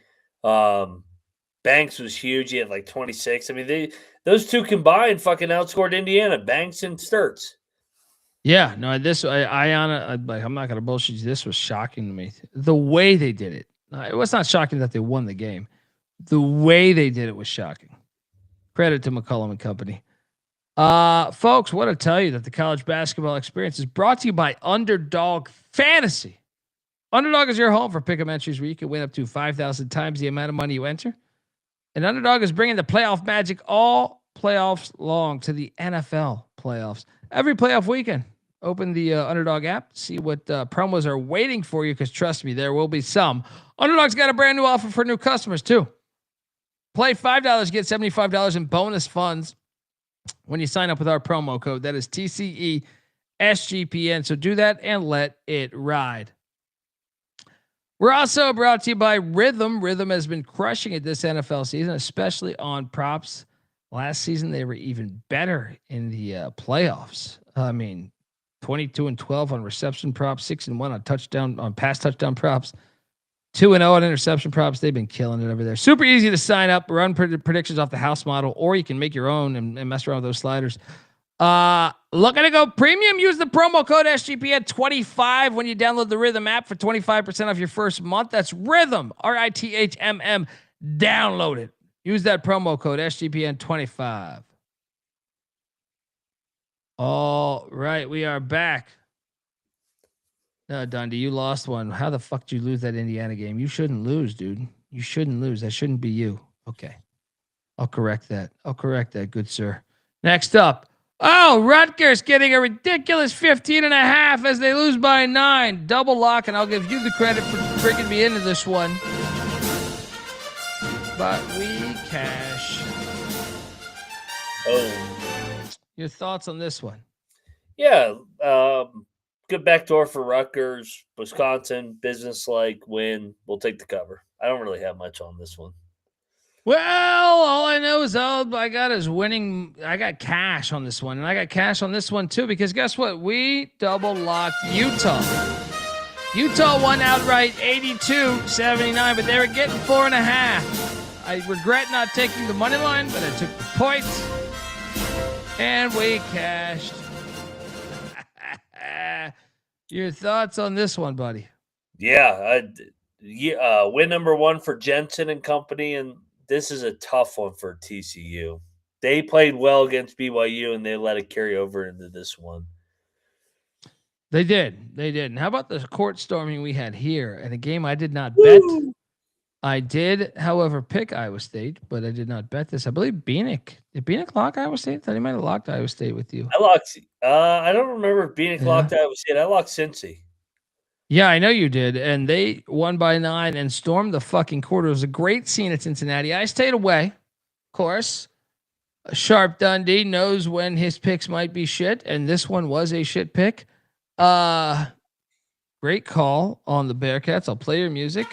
And great scene storming the court, as you should do. Take notes in Morgantown.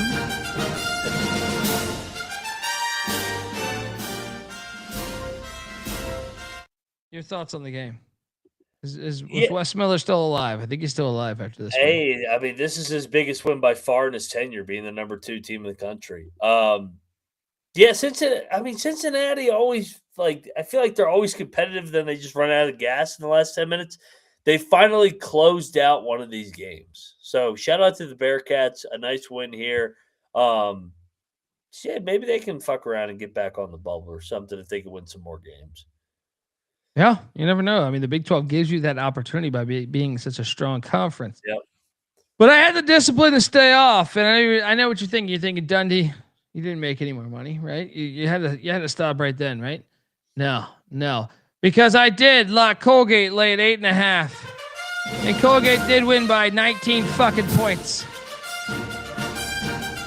The system was intact. We're back. Yes. Double lock on the Raiders. I didn't sweat this for 1 minute, dude. I had this on for like 5 minutes, and then I realized this is gonna hit. Thoughts? Look like the old Colgate today. Good win. No, Dundee, stop. Dundee, you sound like Ric Flair over here. You're going way too over the top. Don't celebrate another win here. There's no way this is possible. There's no way. There's just no way. This one I might have got a little lucky. But I was also sharp. Because Navy covers the 2.5 that I got. Because the time we went live, it was 2.5. And they won by 3. But even if you got the worst of it, by the time we actually called the fucking show, it was 3. So you pushed. But I did get 2.5. They won in double overtime by 3, and I got extremely lucky to hit this. I mean, in regulation, I actually should have hit it. The first overtime, I should have lost it. Second overtime, I got kind of fortunate with a nice foul late. But I was just on one of these days, man. This is one of those days where I just could not lose. Who'd you take here, Mac? I think Lehigh, but I didn't bet this. Yeah. Well, I know we didn't lock this next game, but oh my God. We did pick this correctly. Wait, did you bet this? No, just the collapse by Princeton here. Oh, okay. Well, I picked Harvard. Did you pick Harvard? I picked Harvard. I'm just saying, I didn't bet it, but I'm just saying, oh my God, what a collapse this was. Yeah, I got you. You led me on to believe that you'd bet on Princeton. So I thought I picked Harvard, but I didn't bet Harvard, but they won by 7 in overtime, and they were down a big number in this game, as Mac's alluding to. Any thoughts besides that? No, just Princeton continues to have these second half collapses that are puzzling. Up 13 with 4 minutes left. Yeah, I mean that stings. I didn't even realize it was 4 minutes. I thought it was more like 7. I'm glad you guys talked me off of this one. I had this as a fringe lock as Cornell plus 8.5. What if I told you they lost by 34? Because that's what's actually happened. So some of it blind luck. Had you guys told me, I would have locked this. Then we did nail this handicap as Brown. We didn't bet this, but Brown did cover. Well, they covered because they won outright by 6. But shout out to the Brown Bears. We were all over this. And then this was a triple lock on Illinois State as they won by 26 against Bradley.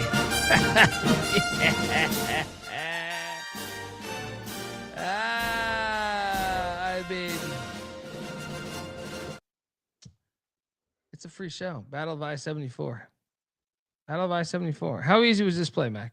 Needed the game like blood. It should always be like this. When you're desperate, you should fucking win like Illinois State did today. Good win for Ryan Peden and company. Yeah. I mean, this thing was over. I actually thought it would be a little closer, to tell you the truth. They whipped their ass. Yeah, I thought it'd be a little closer. Next up, we had Miami and Clemson. I stayed away. You guys battled and I think Bieniek got you here, buddy. Got it, dude. Fucking great win. Clemson's just a silent wagon. Yeah. Miami too big a game here. They finally lose one. Yeah. Clemson. And then after that, how about this easy play? Longwood getting, I think I got 5.5, but either way, they would have covered the 4.5. Because they lost by 2 against Radford. Boom. Radford did win the game, which did shock me.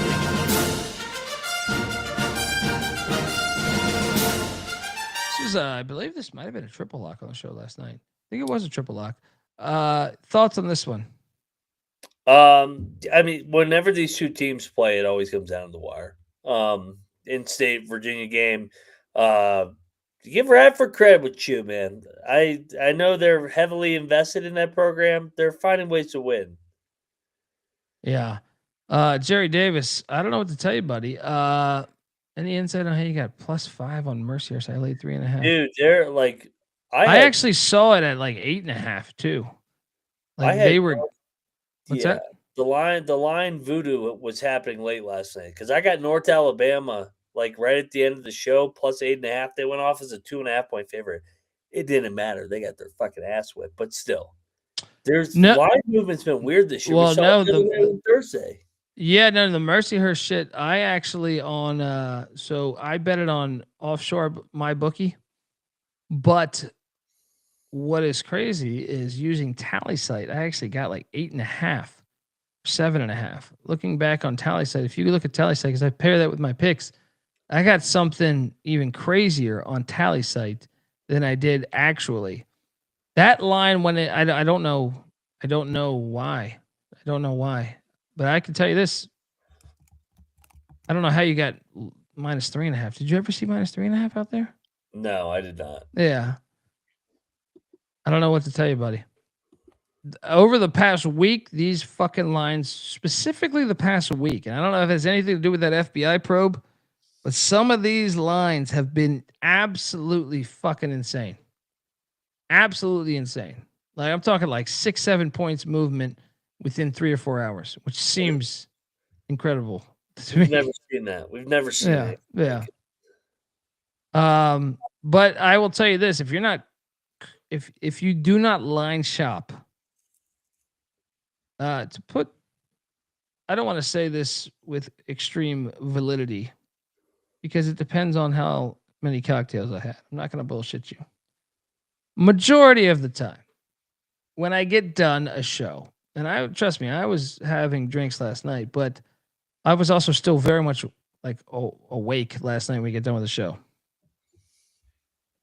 Whenever I have like the foresight to use multiple avenues to bet, I do it. Are there times I get lazy where I just use FanDuel or DK? 1,000%. But if you are not currently like looking, if you just have downtime, you should look at the disparities, especially this past week would be the greatest example of this. But normally you could find like a point or two difference. But this past week, for whatever reason,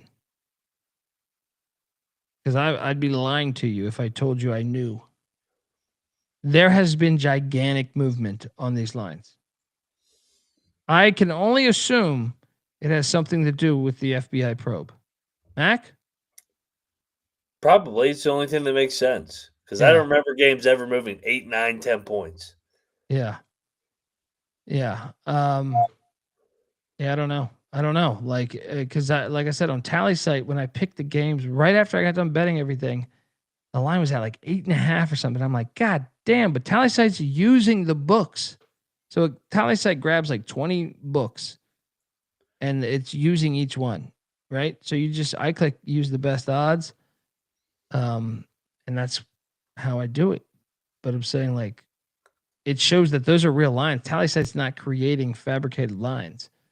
It's just grabbing whatever lines are out there from the main books that we offer. I mean, they offer like 10 different companies. So, but in general, Jerry, in general, this week, there has been movement on games to an unhealthy point. Mac, have you ever seen anything like this? I don't know that I've ever seen anything like this. No, never. Yeah, Nine. yeah. I mean, on Thursday night, we had 4 games move 6 to 8 points. Yeah. These lines have been going absolutely insane. It's not one game. We're about to talk that North Alabama game, but there's also some other games later in the night that they kind of moved substantially. Anyway, sorry you got the worst of that. Longwood cash for us. Also, we ate a steaming hot pile of shit right here with St. Bonaventure, and our parlay with Northern Iowa, which we'll talk about in a second, was about as bad as it gets. At this point, I'm speechless. I'm speechless with the Bonnies. They're the worst team in the A10. Shout out to D Nice and yeah, at least it's against your boy. At least yeah, man. I mean, fuck, that's a hell of a win for them. I mean, it's trying to build the program year one. Good win for LaSalle. I've never seen the Bonnie struggle like this. Yeah, and Northern Iowa. Yeah, I thought this was one of the better plays of the day. I really did. Okay. Nice job, LaSalle. The shipment came in. Then, though, we bounced right back with Grand Canyon as a lock, and they won outright, and they stormed the court there in Phoenix or Scottsdale, wherever the fuck their shit's at. 84-74. This was a triple lock.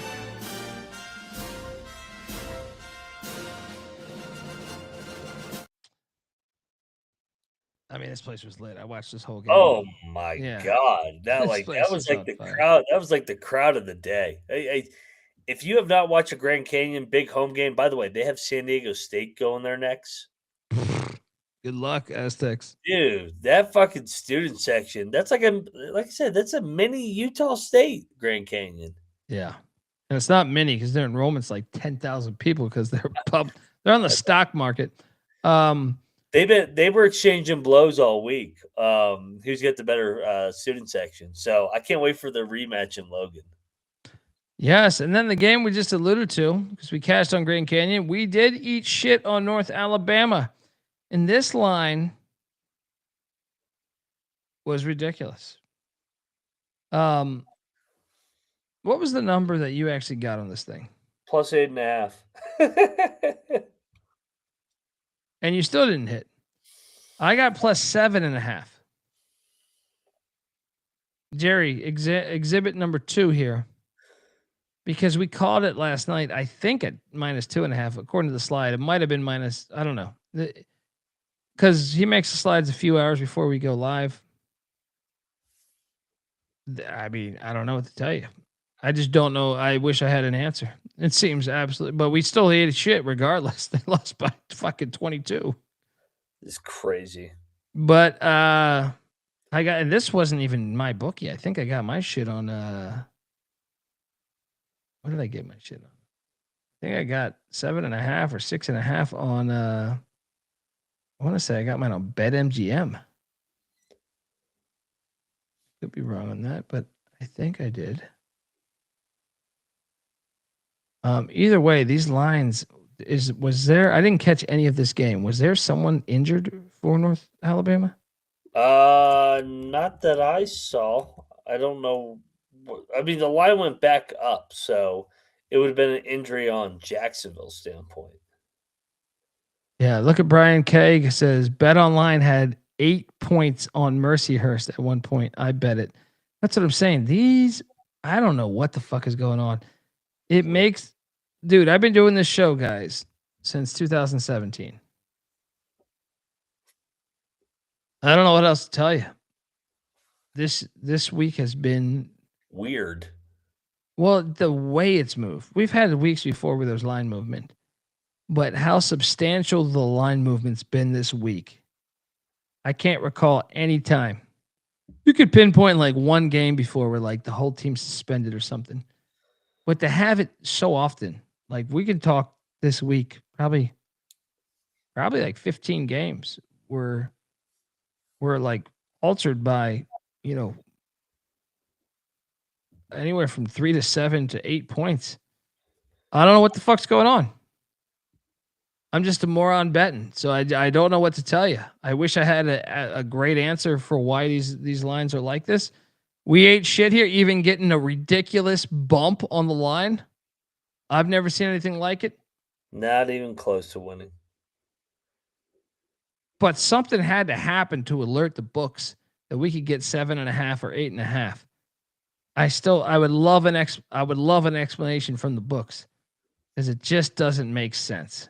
Just doesn't make sense, especially because Jacksonville's been a horrible fucking road team. Can anyone put their finger on this? I would ask to chat this. I have no idea why this would go from -2.5 to +7.5 or +8.5, whatever. You got it at 8.5. I got it at 7.5. CLV, baby. Well, no, but I'm saying, like, why would it jump that big? Injury speculation, I guess, but I don't know. Well, I didn't watch the game, so I can't tell you if something happened pregame. But yeah, shout out to Keith Cole giving us $5. Great show, fellows. Pick another 2-team parlay if you feel it, brother. We always feel it. Just remembering's half the battle. All right, Mac, I got to prepare you for this next one. Because Bieniek gave you a ton of shit last night. This is UMass. This is a rigged game. Did you see any of this game? No, I did not. But I just can't believe that UMass, with Frank Martin as a head coach, I got 7.5. Well, speaking of line movement, I got 7.5, I think it was, or 7. I lost on this, and I just can't believe that Northern Illinois beat UMass. What the fuck happened here? Northern Illinois was the better team. UMass got completely hosed down the stretch. I mean, this one you might want to flag. I also think there's something up with these UMass players. They might be on the take, because I know Frank's out of bounds plays. I know where the ball's supposed to go. They came out of a timeout and the guy inbounding the ball completely threw it to the opposite end where it's supposed to go. I don't know what the fuck's going on with UMass right now. You don't just blow out Florida State, beat BC, and then lose to Northern Illinois. That doesn't make any sense, because they don't get blown out in the MAC. All their losses are by fucking single digits. So I don't know what the fuck's going on with UMass, but this is a fucking god-awful loss. This is the worst loss of the season to me. Like, this is the one. Yeah. You can't lose to Northern Illinois. You can't lose to fucking Northern Illinois. They'll beat Toledo, because that's what Frank's team does. But I don't understand how they fucking lost this game. They got jobbed at the end, but it never should have came down to that. Yeah. Ate shit there. Picked this correctly as UTEP got a big number. I even got 15.5, but I didn't bet this. Easy cover as they lose by 11. You bet this? No, I did not. It's hard to bet against Liberty in that building with UTEP. They can't score, but hey, they covered. Yeah. Next up, we did eat a pile of shit here, and I felt great about this game as the tops were laying 7.5 or 6.5, whatever the fuck you got. Either way, they lost by 16 at home. What? Without their best player? Was he fucking every one of the players' girlfriends on the team? Because ridiculous.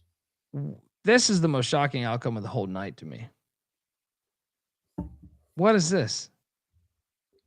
This is a lit environment. This is a lit environment. They were down 20 at one point. I was dumbfounded by this one. Bad play by us. Next up, Quinnipiac, Merrimack. Merrimack wins by 12. I do believe none of us locked this, and I'm curious. I think I ended up taking the Aqueduct on the picks page. Who'd you take here? I think I took Merrimack. I didn't bet it, but good win for the old Warriors. Yeah. Great win. Double-digit win. Quinnipiac's such a phony team. How about this win? And we need to talk about fucking Coastal Carolina. I just talked about this like beginning of the week, and I felt like, I don't want to shit on you and Bieniek, but I felt like you guys are kind of like, Coastal. They're by far the best Coastal team of all time, or at least in the past 15 years. You don't win at Marshall and then at Georgia Southern. And show me the Coastal team that's done that. Hey, they're chippy. Gray's doing a good job. He did a good job at fucking Western Carolina, too. I know. Like this, and I look at their next couple games. I'm like, home against Texas State, home against Southern Miss, ULM. I'm telling you, man, they're one of the better teams in this conference.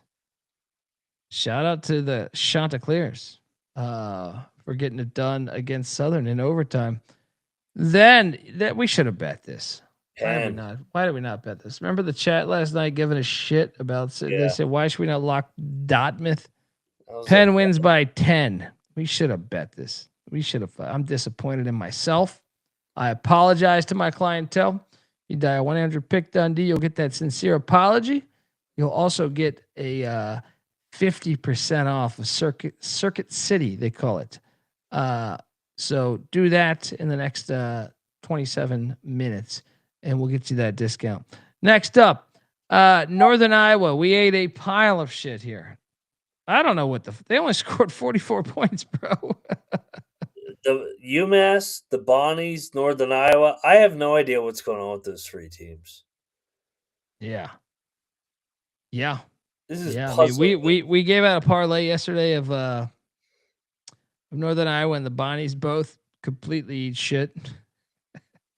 I mean, they scored 44 against Valpo?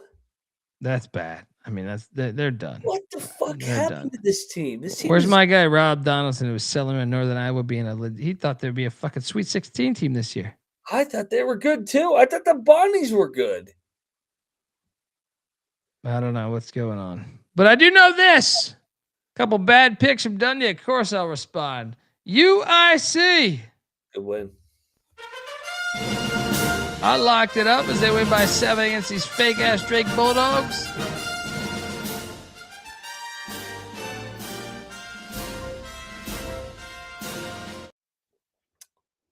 Tried to bring you guys. I don't think you guys went. Tried to bring you guys. Flames are for real. Flames are for real, dude. They're playing good ball. We're 4 in a row now. I'm telling you, I was super impressed the past couple times I've seen them. Next up, don't do it, Dundee. Don't hit again. Georgia State laying 5.5. I didn't bet it, but I still picked it correctly as they win by 20. ULM's terrible. They are terrible. Don't do it again, Dundee. Don't fucking do it again. I took LSU on the picks page. I didn't bet it, but it still hit as they beat Missouri by 8. Mac, I do believe you locked Missouri. I apologize in advance. Good win for LSU. I'm impressed that they answered the bell here after the heartbreaking loss. Yeah. There's no way we could hit again. And I want to shout out Clark. Not only is he a friend of the program, but he's been rocking with us for a long time. He called for this money line. I did not have the courage to do that, but I did take Louisiana in the points.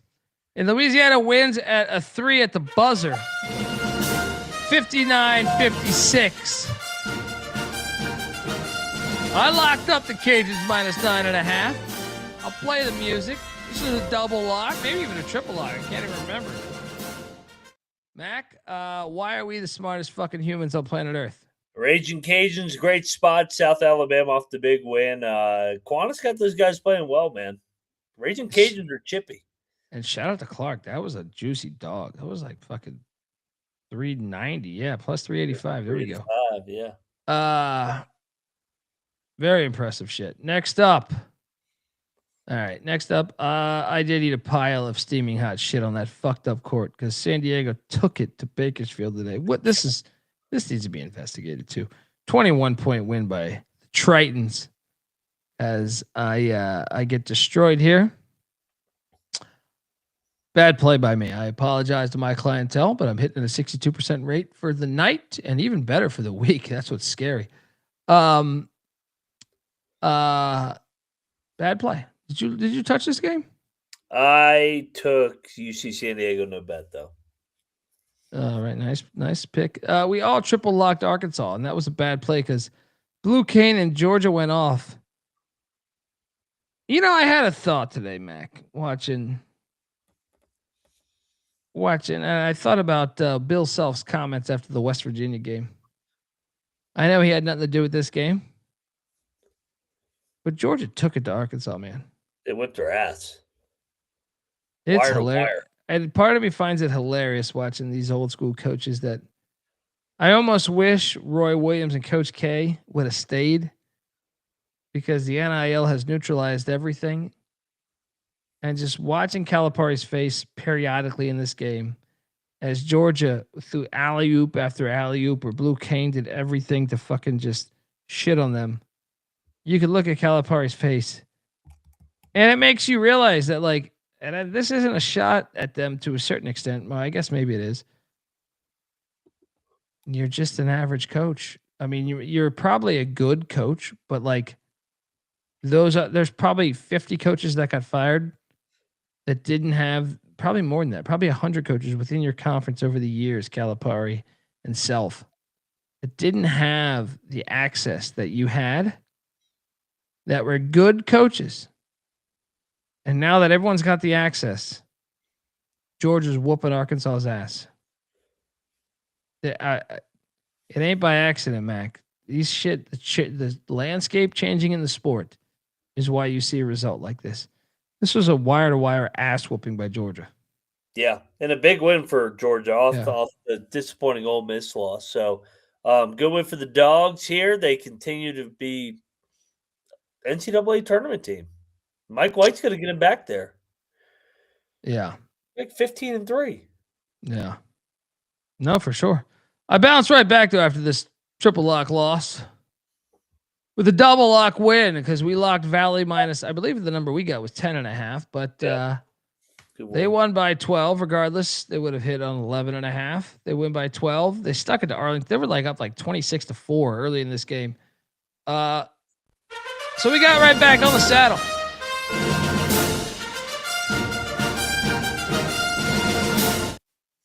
Mac, your thoughts on Valley? Todd Phillips and Utah Valley are really good, especially at home. Good win, wire to wire. The league goes through Valley here in the WAC. Next up, I did bet the Nazis and I lost because Lamar wins by 10. And this wasn't really phony. Bad play by Dundee here. Got excited. You know what I mean? You get excited. Bad play. Lamar was a better team the whole game. Shout out to the Cardinal. I think Bieniek might have went with me on this, but yeah, he was on Hitler. I mean, Lamar's an older team, and Nichols has overachieved in league play, so good win for Lamar here. And then this one, I want an explanation because I had thought I cashed this ticket. Stony Brook. Well, this is Flow Sports. When you leave the app on your TV, it's a big process to get it back on. Yeah, I didn't see this. Well, let me tell you, Stony Brook had a huge halftime lead. Then down the stretch, Charleston had like a pretty good lead at like the 5-minute mark, somewhere right around there. So I was like, I think I got this. I had like an 8-point lead at 5-minute mark, 6-point lead, 7-point lead. But I thought like, okay, all the momentum's with Charleston. They battled back from down 20. And the game went to double overtime. And I lost. Stony Brook. What is going on with Stony Brook, by the way? Stony Brook's hot. Yeah. Playing better ball at Gino Ford at home. I had kind of this as a win. And it did not prevail. Next up. Did pick this game correctly. I know you did not because you took Greensboro. I took Mercer. Mercer won by 10. Mercer's good. Good win for them once again here in the old SoCon. And Greensboro's not. Next up. Back to winning ways, Dundee. We did lock Western Illinois. I got 11.5. They only lost by 7. So 10.5 would have covered anyway. Never a doubt. Easy money for the Leathernecks.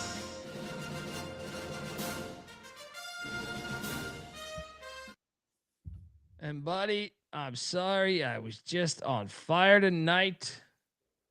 So you got in my way in front of a lock battle. Now, actually, if you got this number, you would have prevailed. So yeah, I hit on JMU. Okay. Well, I hit on Marshall because I got 4.5. But we both hit. No lock battle music. JMU had a 10-point lead with what, 7 minutes left? Yeah, they choked. They choked heavy. We both hit. That's how it works sometimes. Damn it, I wanted to talk shit to you about this. I came into this episode thinking I could talk shit to you about this. It's you got a lucky. joke job. That's a you joke got job. lucky. They were lucky. Up 10. They were up 10. They were up 10 with 7 minutes. That's Marshall. You know that crap. That shit was lit today. That shit was lit. That shit was lit. Gave you choke job. What yeah, the they fuck? did choke. Down the stretch, they did choke. We did also make the mistake of thinking this was a rigged line, and we both locked up Tennessee Tech, and Morehead State won by 6. This had nothing to do with Tennessee Tech on our analysis of them being good. We couldn't understand the line. Thought it was a rigged game. We missed out. Next Yeah. ball. And then we should talk about this because we locked up UNC. Oh my God. Dude, they were getting annihilated in the first half. What happened to them on the West Coast? Woo! They almost came back and won this thing, but at the same time, they were getting drilled majority of this game. Horrible pick by us. Horrible pick by us on Carolina. I apologize to my clientele. This might have been the worst play of the day. No. I just just the fact that they never led. I told you my worst play earlier. Who did I have that lost by like 50? I had someone that like. I told you it earlier. I don't know. There was too many fucking games today. You think Carolina wants to go back out west? Well, this is what happens, and this is why I argued forever back in the day. I mean, people are so dumb. This is a stat in the NFL and NBA too. When you go on the far road trips, it's hard. The SEC during their cheating years, where we know they were clearly cheating, was terrible at the Pac-12. They have like a 25-year sample size. They were like, I'm serious. Like, do the history on this. I don't have the number in front of me on my but they were something crazy. They were like 5-21. And it wasn't all USC. Like, so we know USC and Oregon were cheating, right? The rest weren't. Yeah. But you know damn well the stats show this. Tennessee went to Cal and got their ass whooped, right? Cal also went to Ole Miss and won. And you can go one by one on this shit. Like, you can go Texas A&M loses at UCLA with when A&M was loaded, right? You can go one by one on this. There's something to traveling west to east and east to west. Doesn't matter the sport, doesn't matter the roster, doesn't matter the teams. It's legit, man. It's legit. And here's another exhibit of that because Oregon easily covered as a triple lock. Getting, It's that money line. I got 19 and a half. Oregon was winning at halftime. Yeah, I took the I threw $20 on the money line. Didn't hit. Why do we keep getting these comments, keep betting against Michigan? We've been betting against Michigan for like 2 straight weeks. They haven't come close to covering. They haven't covered a road game all year. Yeah. Michigan is not as profitable as everybody's making them out to be. Yeah, they've had a couple really high marquee blowout wins, but this team has played with their food a lot this year. They should have lost in Detroit to Wake Forest. Yes. Yeah. Fuck. They didn't cover against Washington. They didn't cover today. They were losing at half to Maryland. Like on the road, this team has not been very good. You want and see had the chat. What's this jackass's name? The Texan fan again? Yeah, I can't remember his name. Yeah, he's already fucking. Well, had he been a Nebraska fan, I would honor his shit talk because we locked up Northwestern. Oh my God. And I even said Northwestern was live on the money line in the first half. After the first half, I was like, we got him right where we want him. Yep. No. Dude, this is the best story in college sports. Nebraska wins by 19 to be technical. What? Dude, is Nebraska ever going to fucking lose? I mean, what is this? I'm dumbfounded. I really thought this was it. And to do it the way they did it is shocking. Dude, Chris Collins' teams never get blown out at home. Yeah. This is crazy what's going on with Nebraska. I had the money line. It didn't hit, so I got kind of ridiculously. I mean, luckily I was having one of the greatest days of this past calendar year, but I had the money line too, and I felt pretty good about it. I also had the money line here. Luckily, this is why I always encourage people to take the points and make the larger bet on the points in case the money line doesn't hit. This is exhibit A for tonight on that because UCF covered. So I actually still made money on this game despite losing the money line. But yeah, it's Arizona and Nebraska. Bravo. Your thoughts, Mac? Arizona answers the bell once again. Another hard test off a rivalry. Got to go to the bounce house. It screamed that UCF was going to find a way to win this game in court storm, but Arizona just finds ways to win with those veteran guards and that size. Yeah, but shout out to Matola. He was talking shit after the game, as he should. Dude. They're fucking as he should. 20-0. As he should. West Virginia Saturday. Oh my God. Bloodbath. Speaking of bloodbath, we locked up Richmond, and they lost by 25, getting 16. I blame Bieniek and his obsession with his fucking mascot last night when he was jacking off to this. I mean, this is bad. This fucking St. Louis team. Dude, they're good as fuck. They're like 17-1. Yeah, it's very impressive. Very impressive. I didn't have this on. I thought they'd be good this year. I didn't think they'd be this good. Bad play. Next up, Texas Southern and Alcorn State. I do believe I took Alcorn State. Did not bet it. That did not hit because Southern won by 1. Did you bet this, Mac? I did not bet this. All right, we can move along to the next game then because Jackson State, we did pick correctly to beat Prairie View. Didn't bet this, but they did win by 4, so we got this one right. I remember you picking the same. And then we can get to our double lock, which hit because Indiana State was catching 13. I actually think we got 14 and a half. Or flat 14, one of the two. Either way, never in doubt. Indiana State loses by 4. We cash on the Sycamores. Let's go.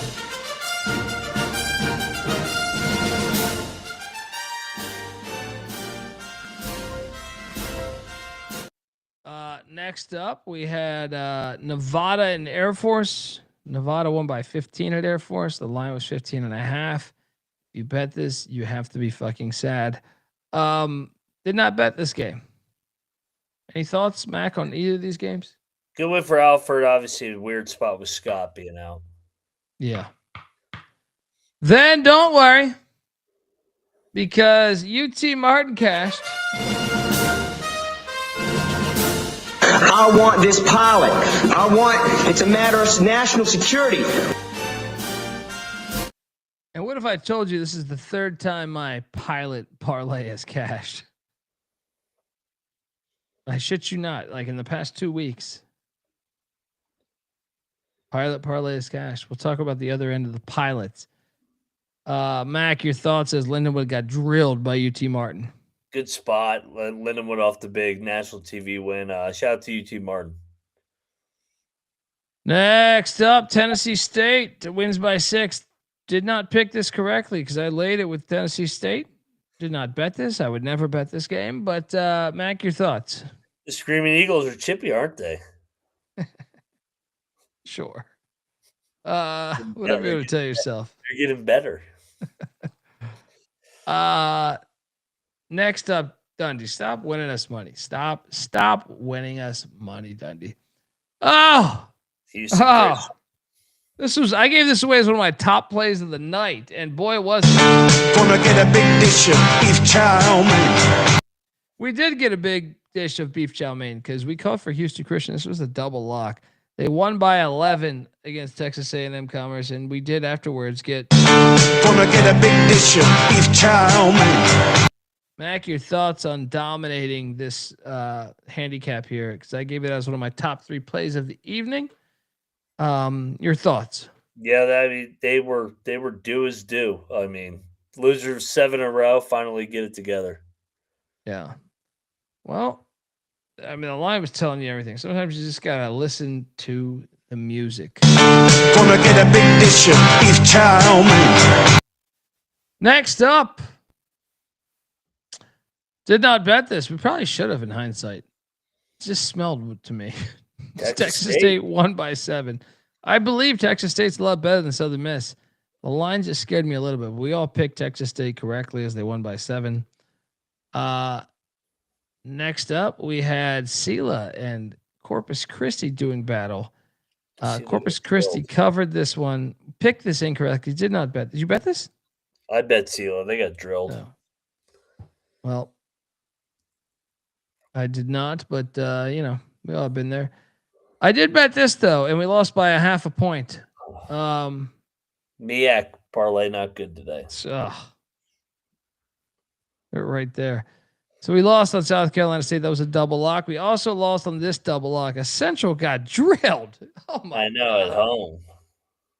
In the second half, man, I had this game on for a little bit there. What the fuck? Got smacked. But we responded. We responded well. And the money line almost hit as Coppin State getting a ridiculous 11.5. Only loses by 3 to Eastern Shore. Triple lock. This was a triple lock. Mac, your thoughts on this great handicap by us? We'll take the cover. Eastern Shore continues to win. Yeah, cheers to them. Next up, I do believe none of us bet this, and none of us would ever bet this, but I did pick Delaware State, and they did not hit. As Morgan State wins 80-79 in this matchup. Mac, who'd you pick? Hilarious. Delaware State. Next up, this was one of the easier plays of the night, as Troy wins by 1,000 against Arkansas State. It's your team to beat in the Sun Belt, Troy. This was a double lock. Trojan men.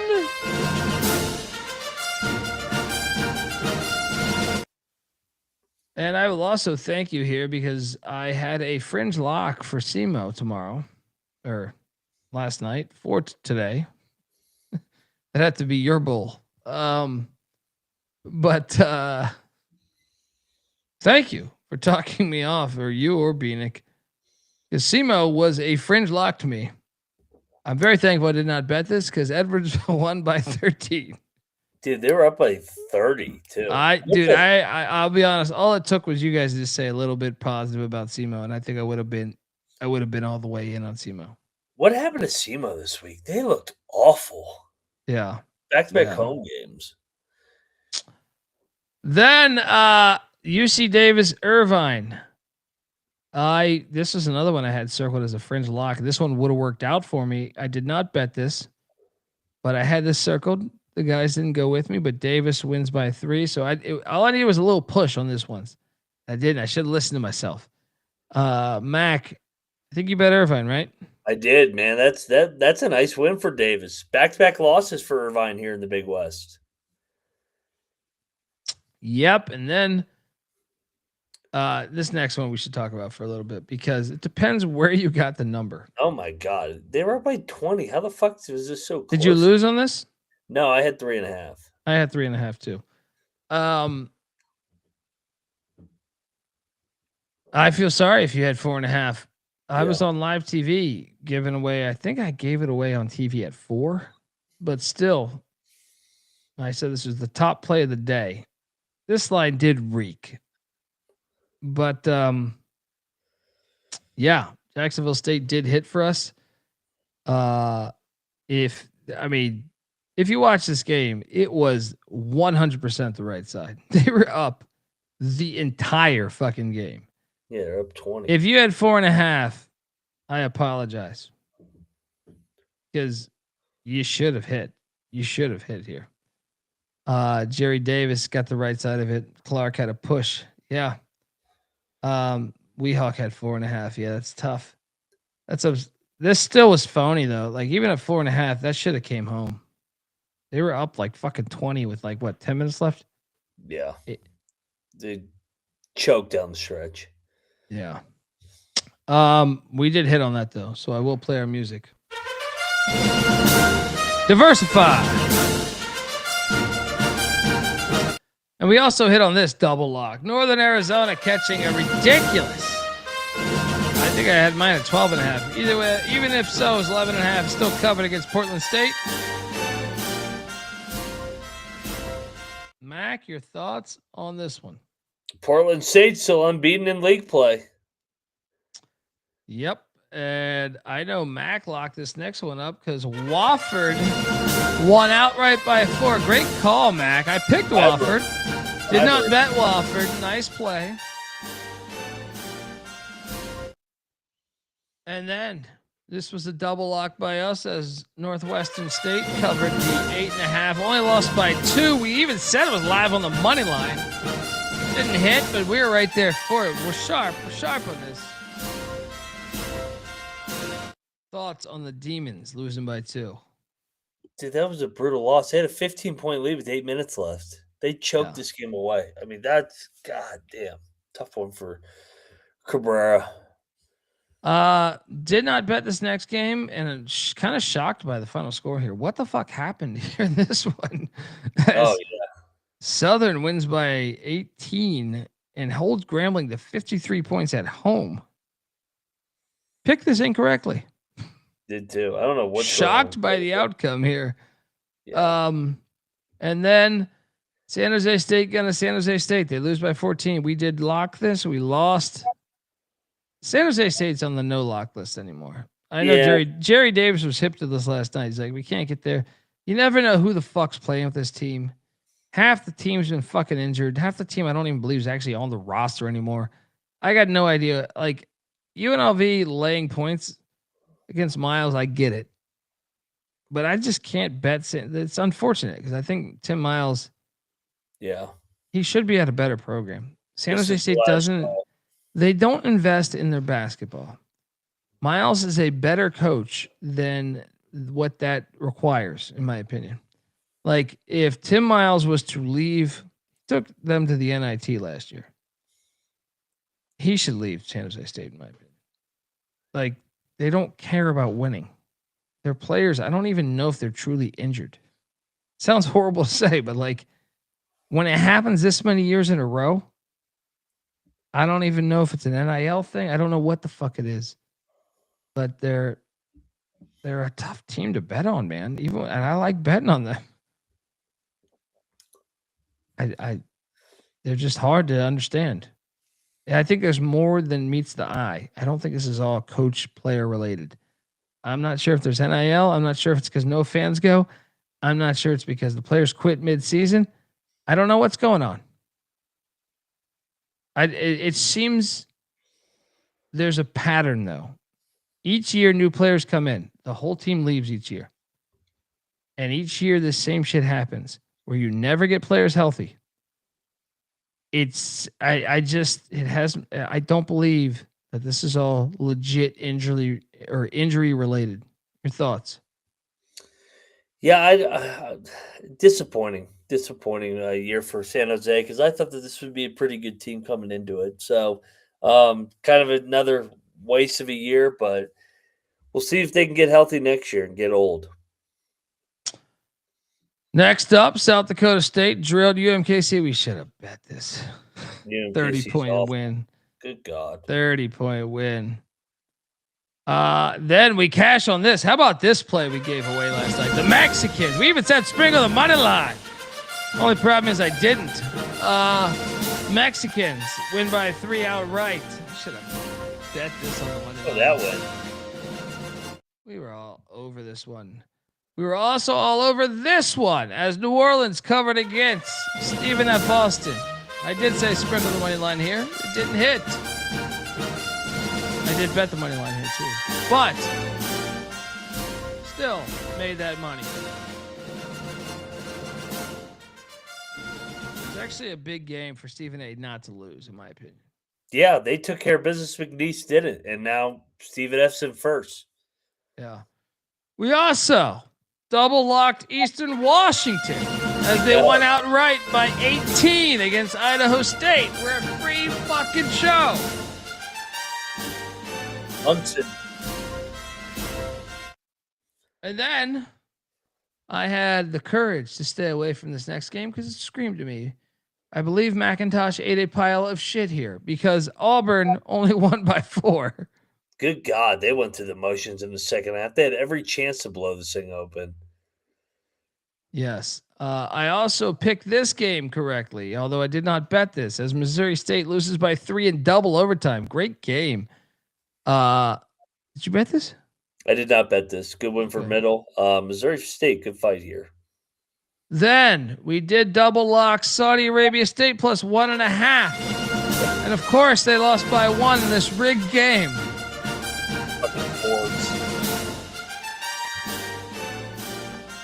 Double lock cashes yet again. Your thoughts, Mac? I mean, a game Wake couldn't lose. That's all I got. Yep. Well, I got this lock battle win for you guys, and Bieniek, as A&M sticks it to Texas. Trying to tell you guys, Texas they can be held a bucketball, hottest team in the SEC. 74-70. This place was lit though. Oh yeah. Yeah. Dude, I can't figure out either of these teams. Like I think Texas A&M is turned a clear corner, bro. I know. Buckyball's got that thing rolling. That's 8-2 in their last 10 games. Yeah, they're gonna make the tournament. As for Texas, they're still the same old front running soft ass team. I thought they turned the corner this week now. Yes, and I also will be completely honest and transparent with my clientele, despite the shit that they talk.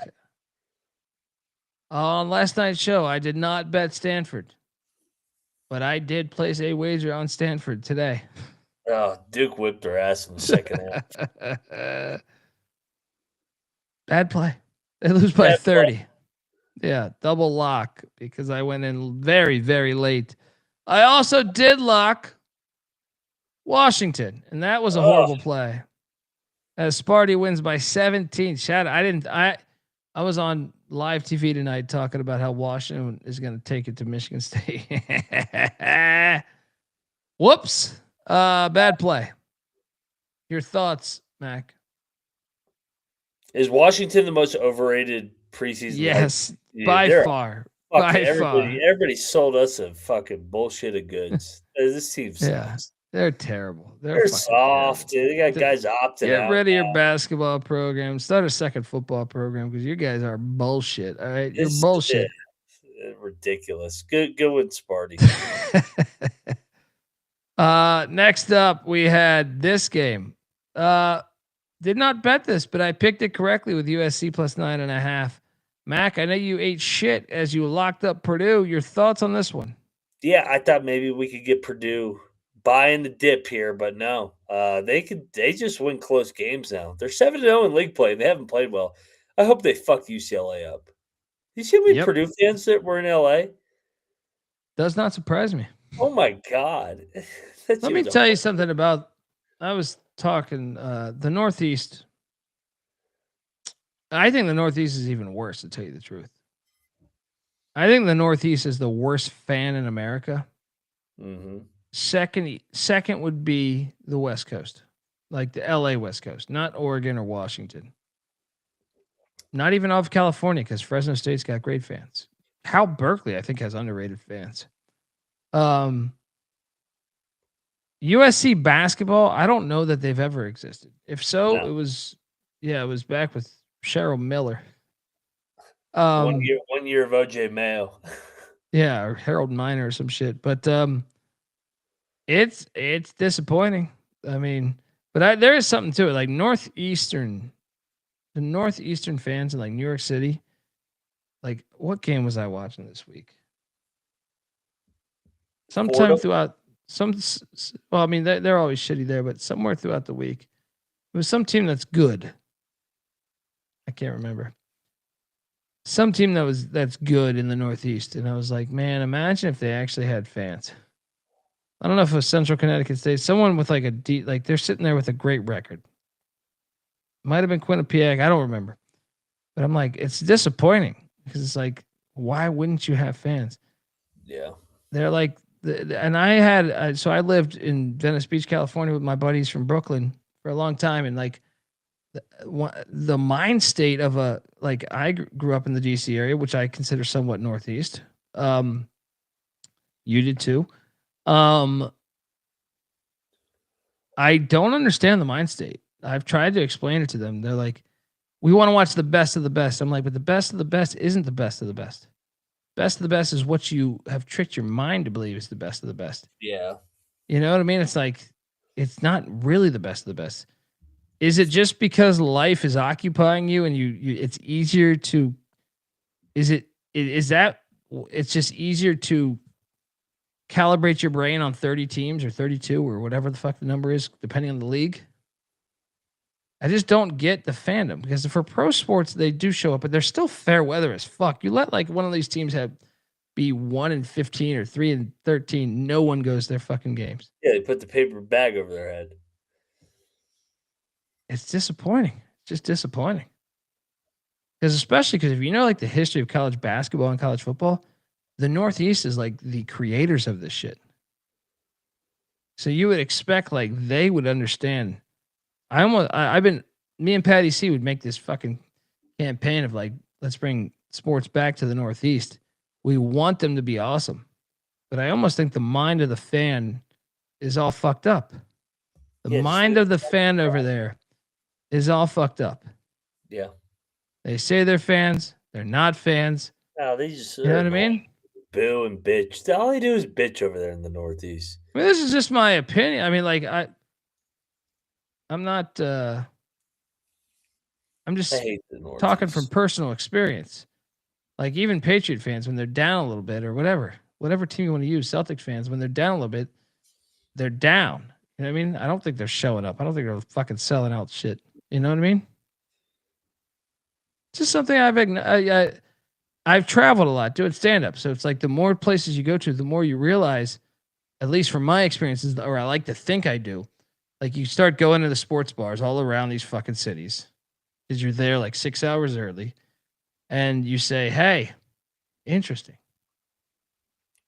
Why the fuck do they? Oh, okay. They're terrible this year.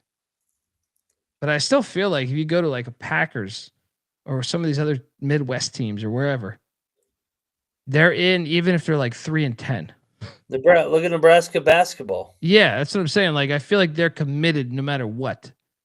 Whereas, like, man, like UMass basketball is a rich program historically. Dr. J, Marcus Camby, they've had great teams before. And like there's like 6 people at their games. Oh, the UMass fucking joke. Yeah. But LA is the same way. UCLA fans, like USC fans for basketball only. I think USC football fans are actually a little bit underrated. But basketball, they're fucking terrible. They're terrible. I witnessed it. I would go to games all the time. I don't know what it is. Something about it. I get it. There's a million things to do in the city. But also, like, I also find like you find passionate sports fans within the city.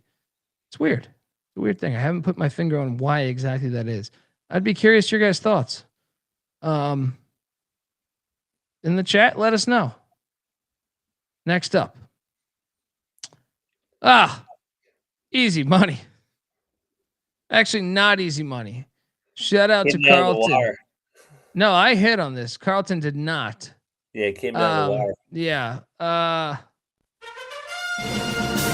Got a hateful text message from Carlton, which is understandable because he had some solid money on Bethune-Cookman. And honestly, it had no business losing. It had no business losing, even at 16.5. So it was a horrible beat. But if you got the 15.5, you made it in fine. Paging Dr. Bradley. Next up. I don't even know what the final score of this game was. Do you? No idea. Here, I can look it up. Daniel Katie, if you live in LA, you don't have time to like college sports. You don't have time to like pro sports. San Diego won by 40. Good job, Larry. Wait, but throw the Dodgers out. What LA team represents? Don't give me the fucking Lakers. Don't give me the fucking Lakers. Nobody gives a fuck about the Lakers anymore. I bartended for fucking years. 5 blocks from fucking Staples. And I would get free tickets from the fucking law firm that I work for the fucking Laker games. And if you're telling me that you believe those are like legit Laker crowds, you are wrong. It's an Instagram party. It's a fucking Beverly Hills Instagram party. That is not a lit environment. I refuse to believe the Lakers fans are passionate about the Lakers. They used to be. Not anymore. I mean, back at the Forum in the fucking 80s. I mean, there's enough LA fans that are Laker fans, but they are definitely not the ones they've been outpriced. Yep. Fucking, you go to these, the tickets are insane. It's a bunch of idiots. They're sticking the phone in their face. Yeah. Next up, Florida A&M. Picked this correctly. Did not bet this, but Charlie Ward and Florida A&M won outright against Pine Bluff. Shout out to that.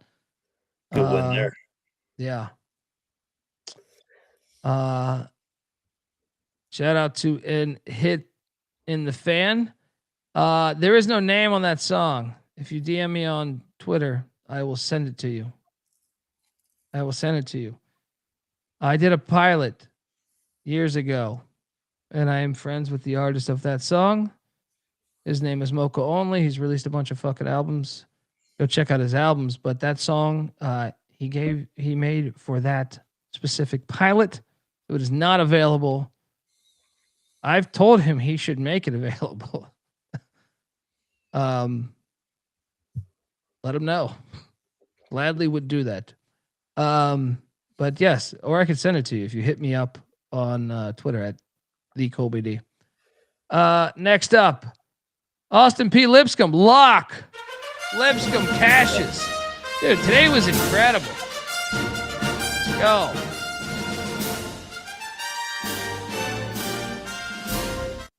Easy money. Good win for Lipscomb, man. Yeah. And also be their first league loss. This is going to be a fun race here in the A-Sun. Yep.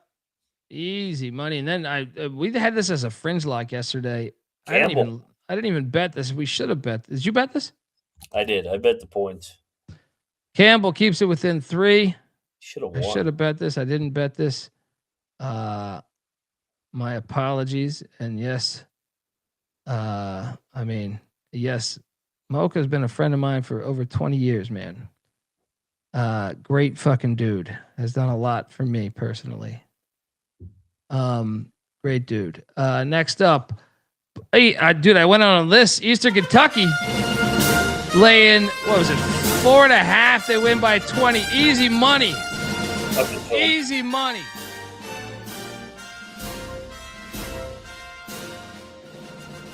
Tell me you went in on this. I stayed away, but I had EKU. Easy fucking money here.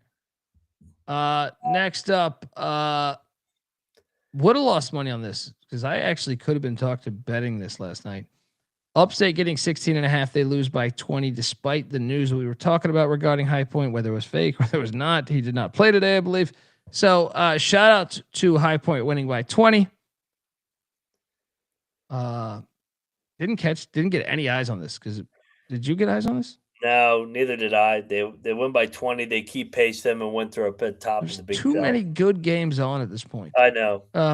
Yeah. Then we had this game, which I do believe you might have bet. I stayed away. Bob Morris wins outright in overtime in some Horizon League action. You went in on this, right? I did. I thought you did. Yeah. Bob Morris by 3. Want to talk about this next game? Oh man, I gave this out as one of the best plays of the day, and I ate shit. I'm just taken back by this game. Dude, they fucked VMI up. That was hilarious. I don't understand it. It was lit. I don't get this. I love this play today. I have so many questions. VMI has been better all year long. Then you get a Saturday because look, okay, when they play, if you don't know about betting VMI over the years, if they don't have the cadets there, their home environment's trash. So like on Tuesday or Wednesdays or Thursdays, whenever they play, we never feel confident taking them because there's like 4 people at their games. But VMI has been better than the Citadel, in my opinion, this entire basketball season. I've been impressed with VMI. I have not been impressed by the Citadel. If anything, I think the Citadel has been complete trash. I know it's a rivalry game. But the fact it's on a Saturday, and then normally, like you said last night, normally you play Saturday at noon at the Citadel. It's like, look at their history of their games. This was Saturday night, so I'm thinking, oh man, the fucking Keydats are gonna be rocking. They're gonna be doing whippets in the fucking crowd, underneath the bleachers in the parking lot. Everyone's gonna be cherry bombed, right? What was this, dude? I honestly thought VMI would win by 20. I thought they'd win by 20. So did I. And I'm looking at pictures of the crowd, dude. The crowd was freaking on fire. I call me crazy. I think this is the most shocking outcome to me of the whole day. I know it's a rivalry game, but it was more so the fashion that it happened in. It whipped their ass, man. I thought, okay, maybe you could sell me on this being like Citadel wins by 1. But I still thought like, nah, VMI is way better. So for Citadel to go in there and win by 15 and to be up by 15 majority of the game, I don't know what to tell you. This is gambling. Crazy. This is gambling. Because I have no idea how to make any sense of this one. But I can make sense of this next one. Because the fucking Long Island Sharks are a cash machine. Half-point cover by the Sharks. Fucking Peter Lugas was rocking. Strick was there after the game from Hackensack to Brooklyn, no problem. Got a little sweaty down the stretch. But we got home at 6.5, and well, all I know is we're hard-working, tax-paying people like you, and we don't take shit from nobody. You got that, asshole? Ask me. The fucking union, it works for you. Shout out to Wonk, who says you guys are the best from Montreal. I love Montreal. Get absolutely piss-faced drunk in your beautiful city. Back when I was 22, went to some strip clubs that were phenomenal. Don't remember any of them name-wise, but love your city. Got to get up there for an Alouettes game. All right, check out the CFL Gambling Podcast, which I host, by the way. Mac, our Sharks are always swimming, baby. When is the last time I got a Long Island game wrong? Notre Dame? I'm being honest. Yeah, Notre Dame or Illinois. Illinois. That's probably what it is.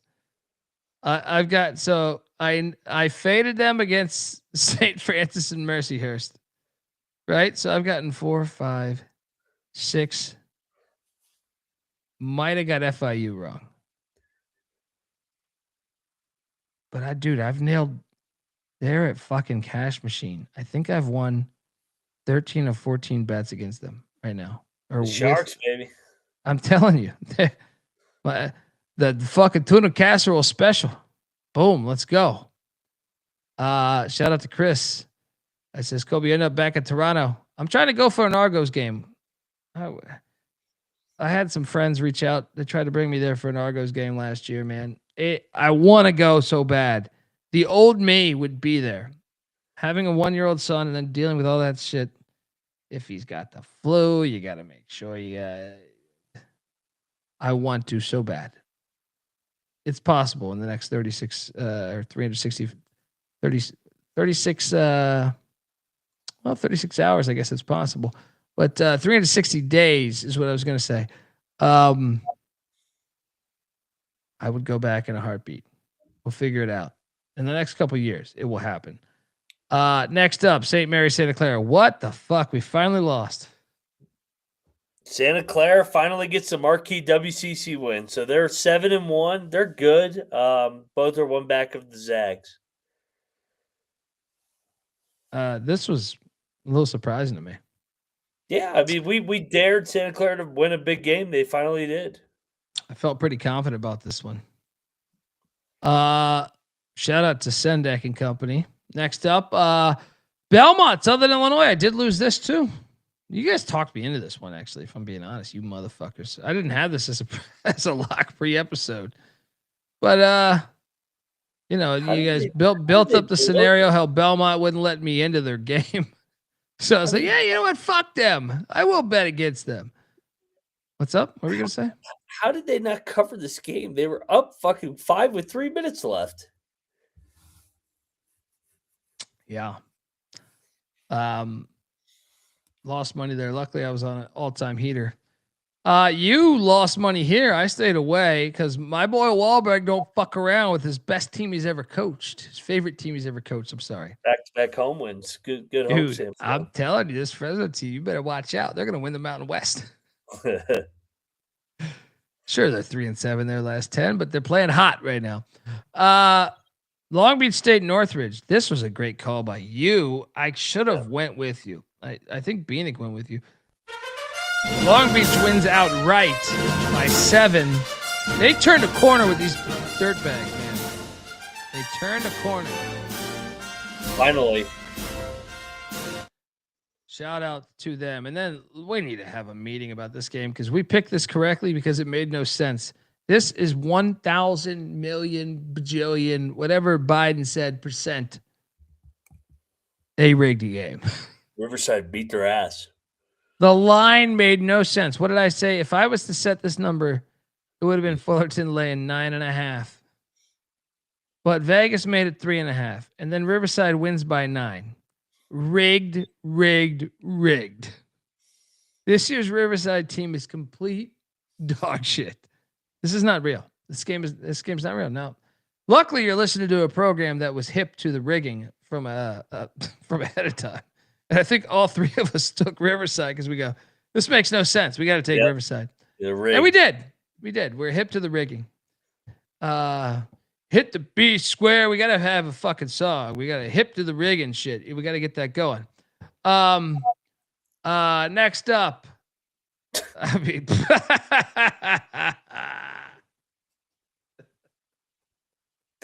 how bad are they? Dude, they were down 30 in the first half. What was this, man?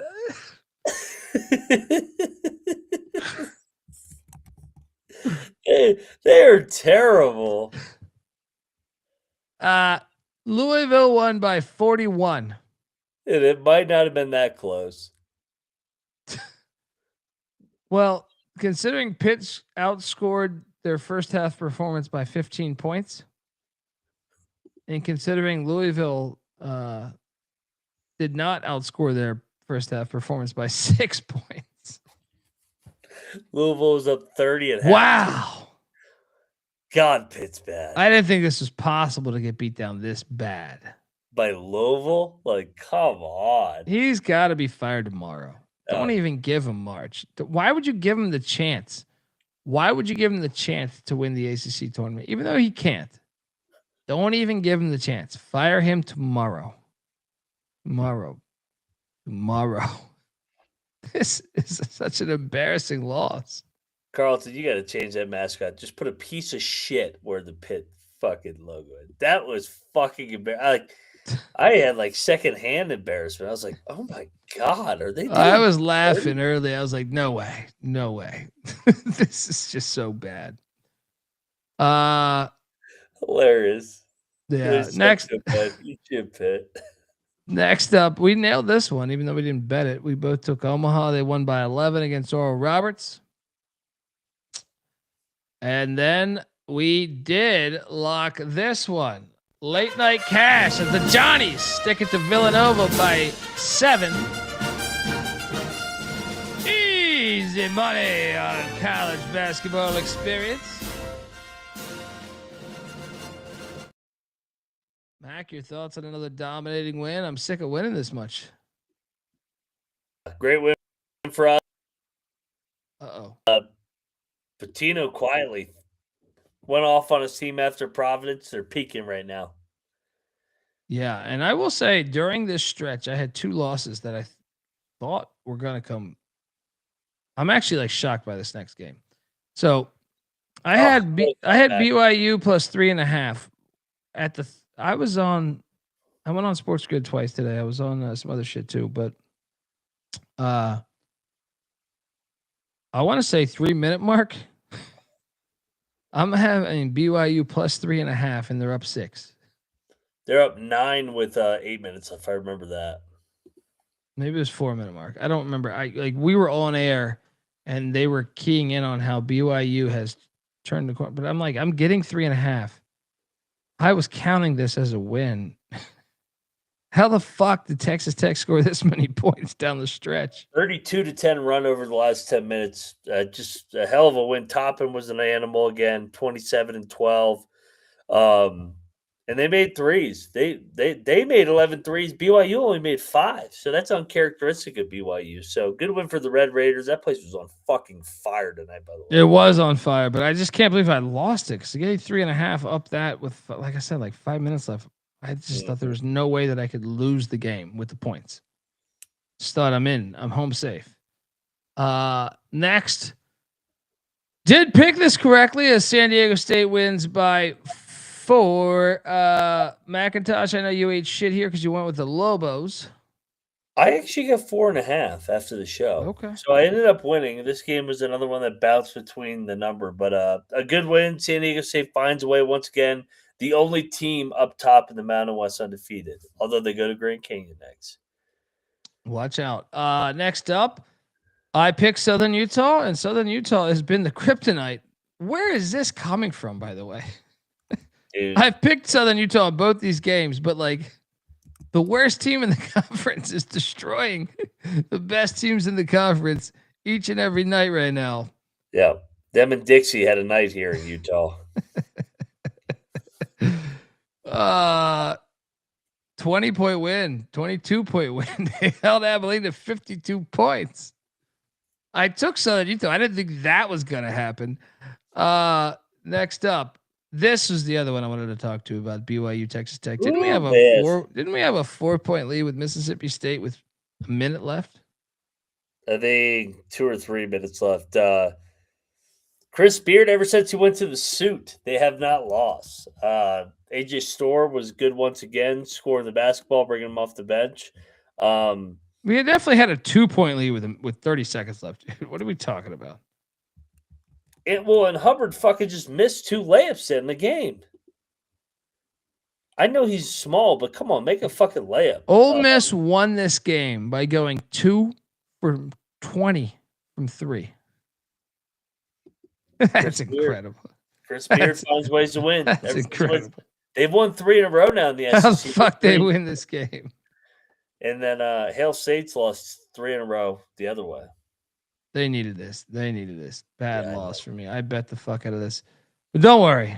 We got right back on it because we double locked Santa Barbara, and this was a beatdown from the first 3 minutes of this game.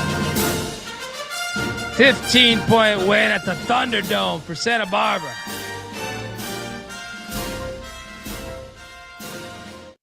Easy money. Mac, your thoughts? Santa Barbara's turned a corner this week. Good week for Pasternak and company. They needed this.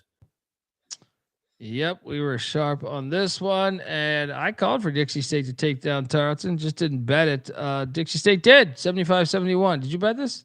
No, I did not. Go in for Dixie. Getting a split on the home stand. And then you got a little reckless last night, buddy, and I say this as your friend. You got a little carried away because I took Idaho, and you went in on your Weber State man crush with this fucking Wildcat shit. I told you, watch out.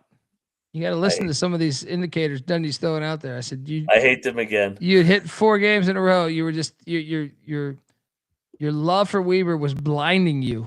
It was blinding you at the time. Idaho wins by 8 at Weber State. This game was fucking brutal. Lock battle win for you and Bieniek against me, buddy. This shouldn't have hit. This should not have hit. This is dumb. How about that environment? This was a great game. Wait a second. 3-point game. 3-point game. Multiple possessions for Montana. They fouled out of it. They fouled. Well, also, like, one of the things that bothered me about, and I'm not even going to say it was the refs, Montana's Money Williams. Hey, you motherfucker. Stop overacting to get the, like, I hated the ISO ball on the final 2 possessions. Like, it was a 3-point game 2 different times down the court with a minute left, right? Or a minute and 15 left, right? And I'm thinking, dude, stop selling for the foul. He would penetrate. It was ISO ball, or they'd get it mostly ISO ball, but they got him one time in the final like 3 minutes on the block. But just stop doing the fucking Reggie Miller shit of like trying to get the call and just focus on your fucking offense, man. I still think Montana was the right side. If they play again tomorrow, I would take that. Another thing was, how about this? How about this? It was a 5-point game. Montana's at the free throw line. Montana misses the front end of a 1-and-1 with 30 seconds left. A 6'2" player. There's only 4 guys on the block. Only one Montana State guy, a 6'2" guard. Montana was not aware that it was a 1-and-1. It bounces right to him. They foul him.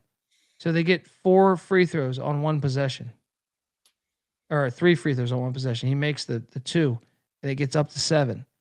This shit should have hit, dude. Montana was the right side of this fucking bet. You can't. What the fuck you doing? Just letting this guy get a free rebound. Looking forward to the rematch in a couple weeks. These games are always great. Yeah, good win. It was good a great win for environment. State here. Good win for State. They've owned it lately. Bothers me, you motherfuckers.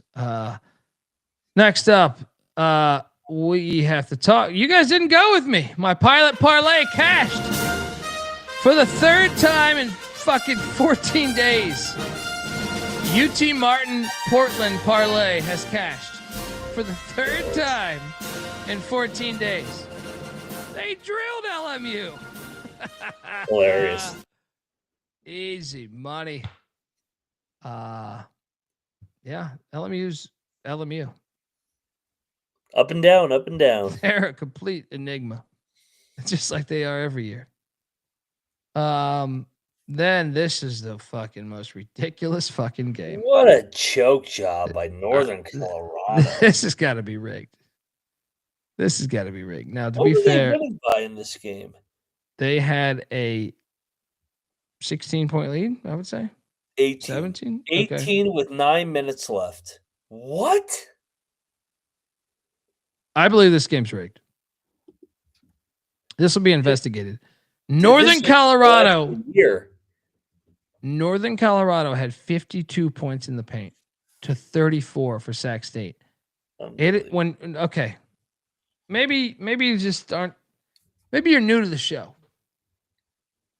Normally, the points in the paint somewhat dictate who wins the game. When you look at it, I would say 80% of the time, it normally is correct. Yeah. But normally the disparity is like 6, 8, 10. This is a 20 fucking point disparity. What? This is crazy. And they lose? How's this possible? With the 20-point lead with 8 minutes left. Like, how is that even possible that they lost? This is like the collapse of the year. This is a rigged game. It's a rigged game. I don't believe this would be real. This game never happened. Bad play by us. The line stunk, though. The line stunk. Yep. Yeah. Next up, Kansas State, Oklahoma State. This place was lit. Dude, it's lit in Stillwater again. I'm glad to see that. Nice call. You and Bieniek took K-State plus 4.5. I don't know if you guys bet it. I did not, but I did pick OK State, so I got that wrong. Did you bet this? I bet K-State plus 2.5 or 3.5, and it came through. They fouled a fucking 3-point shooter up by 2 there down the stretch. You're right, man. Lutz and company, that place is starting to get lit again. It also helps when you have a regionality rivalry. K-State, Oklahoma State. When it is good to have your neighbors perhaps going to the other school. It's just fun. Final game on the slate. Easy money. Gonzaga gets it done. They need to have Graham Eaton. Easy money. Double lock. They win by 21 at the ozone layer. All in all, I went 49 and 31. 49 and 31 on 80 wagers. That is not including the parlay hit. It's not including the money line hits. But I still am at just around 62%. So, I think that's respected out there in the world. Game balls, Mac. Where are you going? First game ball, I will go to Grand Canyon. Handing Utah State their first loss and storming that court. That was a fun atmosphere there in Phoenix. Do love storming that court. I'm going to go to Damon Stoudemire and Georgia Tech. I mean, in one way, I shouldn't give him a game ball because how the fuck do you prove to do this and almost beat Duke at Duke? But they did cover this shit. It's a game ball. It's actually puzzling. It's got to be frustrating as a fan. Your thoughts? Agreed on David Stoudemire and the Yellow Jackets. Extremely frustrating for mine. I will go to Kentucky. Down 17 to Tennessee after they came back from 18 earlier in the week. Give me Big Blue here as a game ball. That is a great game ball. Probably the best game ball. Shout out to King Ross, man. Hope you're good. Yeah. I mean, if that's true, that's great, man. Glad to play a role. If we ever meet up, I'll buy you a beer, brother, or a drink, whatever the fuck, Second game ball. Let's go to the Citadel. What? Hilarious. Rivalry game, double-digit win on the road? Where was this all year? Ridiculous. Give me a game ball for the Bulldogs. Shout out to Kevin Marshall, FCS Nation Radio. Where are you going on the third one? My final game ball will go to Florida. Yeah. I mean, they got that horse shit call. That's a 7-point possession is fucking catastrophic. But I mean, at the same time, they were impressive today. They were super impressive. Big win, big road win. So shout out to them. So it's final game ball right now? Yeah, your final one.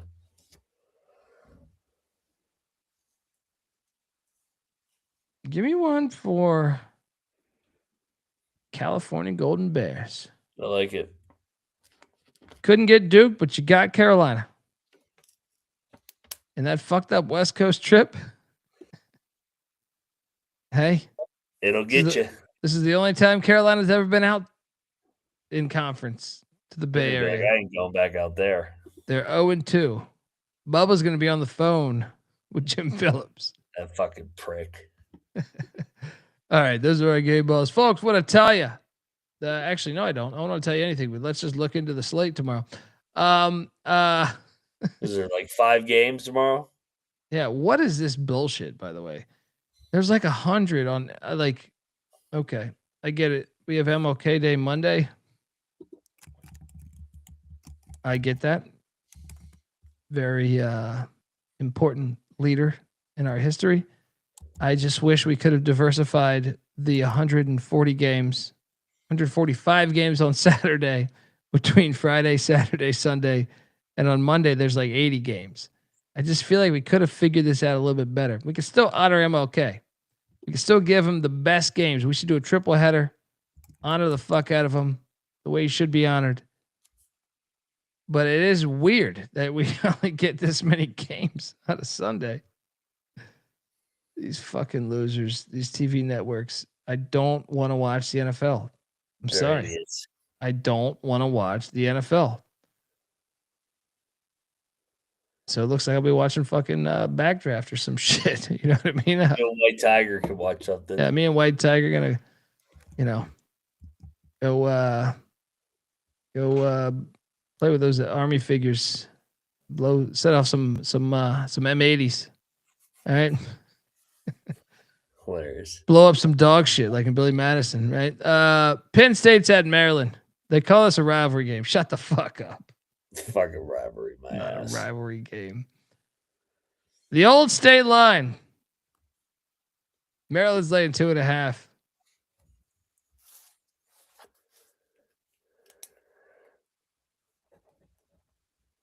Shout out to Red Wine giving us 25 euros. 12 games a day. Why can't these guys schedule properly? I know. I know. Because they're fucking idiots. Yeah. Yeah. I'm gonna lay the 2.5 with Maryland, but I feel like it's a trap. I think it's a trap too. I'm locking Penn State. Both teams winless in the league.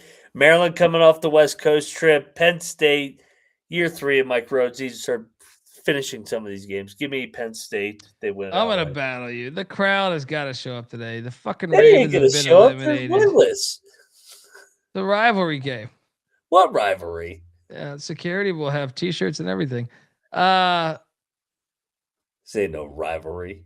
I know it's a fake rivalry. It's one of these fake The Big Ten loves this shit with their little fucking commercial honoring the birthplace of college football, even though Rutgers wasn't in the Big Ten for the first 150 years. But you got them now, right? They skip over that commercial's hilarious, where they do like the little map. They skip over them. They make a trip from like LA/Eugene/Seattle to like Chicago or Minneapolis. Look like it's like a 1-hour drive. Battle. I know it stinks. I'm diving. I'll probably lose this game. You want a lot of money. I'm trusting Maryland's culture. Play the 2.5. Play the 2.5. Max on Penn State. What a fucked up game. We are. Yeah. Next up, FAU is at Temple. FAU's laying 2.5. Get the shit out of here. Temple's beating them tomorrow. Yes, Temple. lock Temple. Now that this FBI probe is out, Temple can't relax. They got to play all the way. Double lock on the Owls. Ho, ho, ho. The fuck is FAU thinking they can just steal Temple basketball's name? They've been doing this shit for a long time.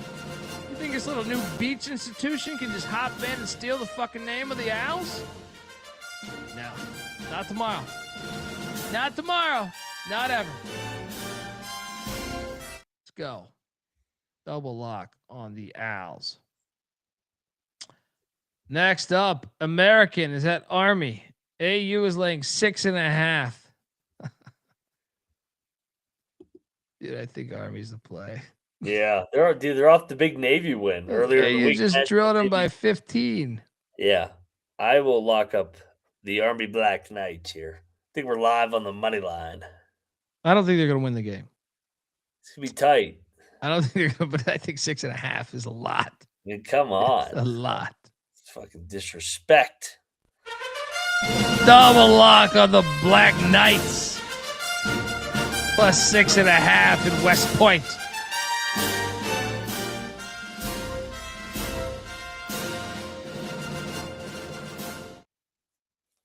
Next up,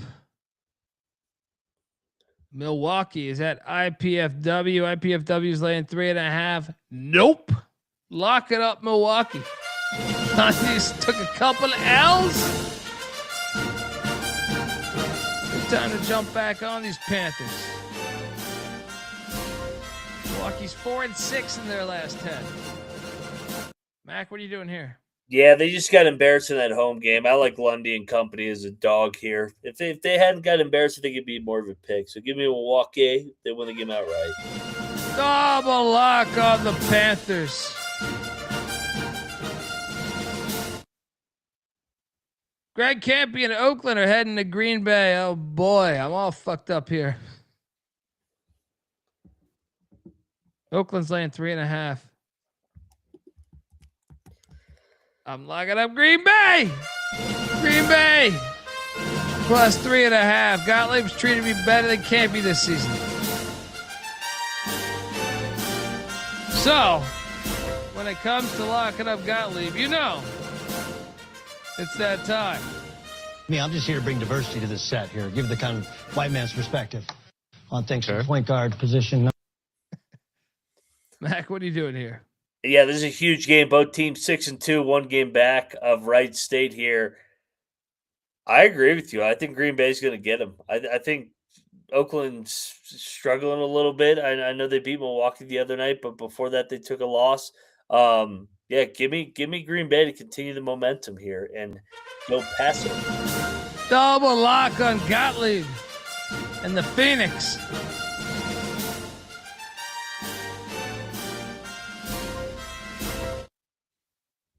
All right, here we go. Is this the one for him? Is this the one?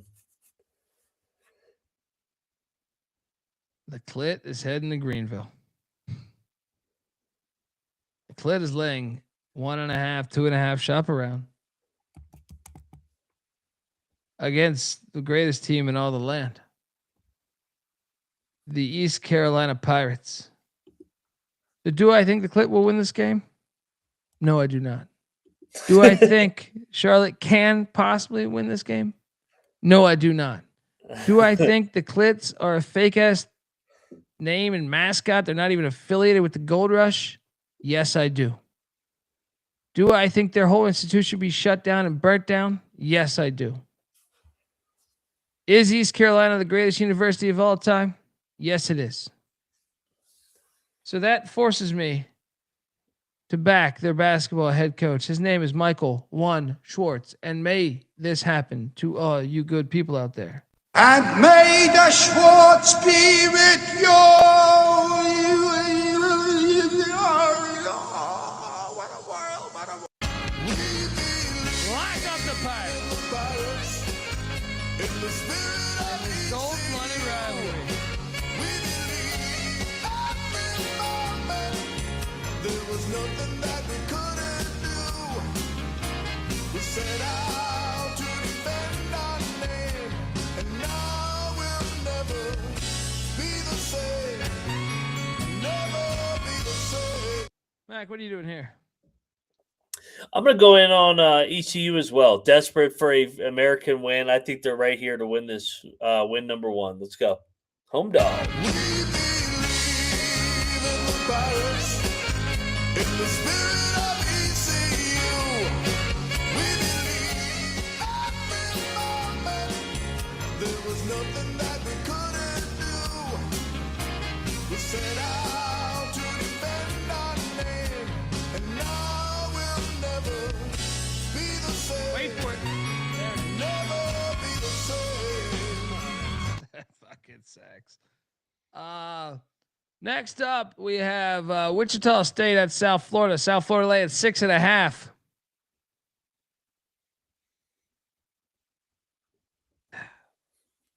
Give me Wichita. Why does this seem so fucking chalky? It seems Wichita State in Florida after FAU the other day. Say what? I'll lock up Wichita. I think this game comes right down the wire. They disappointing first game of the road trip. I think they bounce back here. All right. Let's go. Shock jocks. We are not. Drunk jocks. We are. No. Double lock on Wichita.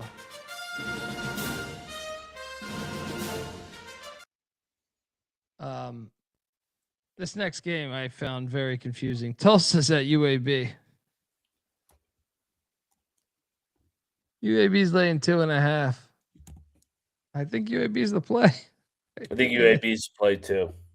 Back at home, finally. UAB, lock it up. Let's go, Andy Kennedy. Let's go. Double lock. UAB.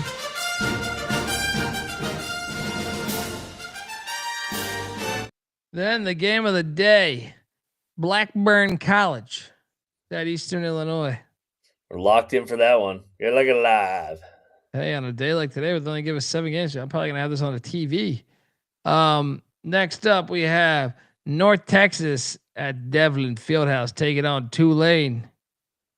Tulane is now. I'm seeing now they're catching 1.5 points, so this crossed over 0.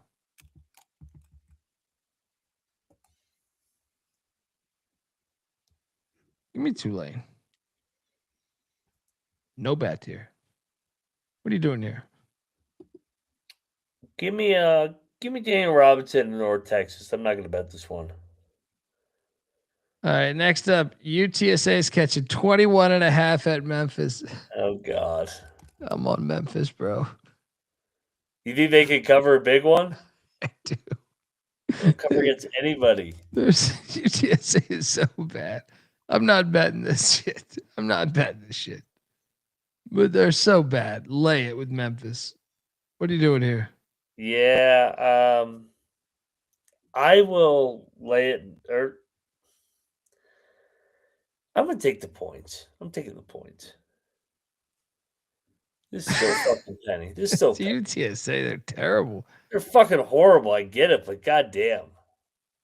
No I was bet. gonna try to talk you into a Memphis Houston parlay because Houston is laying 16.5 against Arizona State.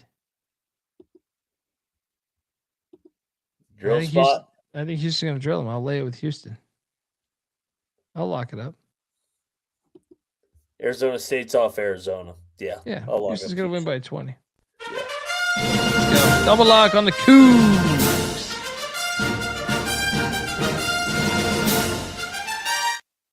Next up, final game on the slate. Washington State is in San Francisco taking on these Dons. Dons are laying 5.5.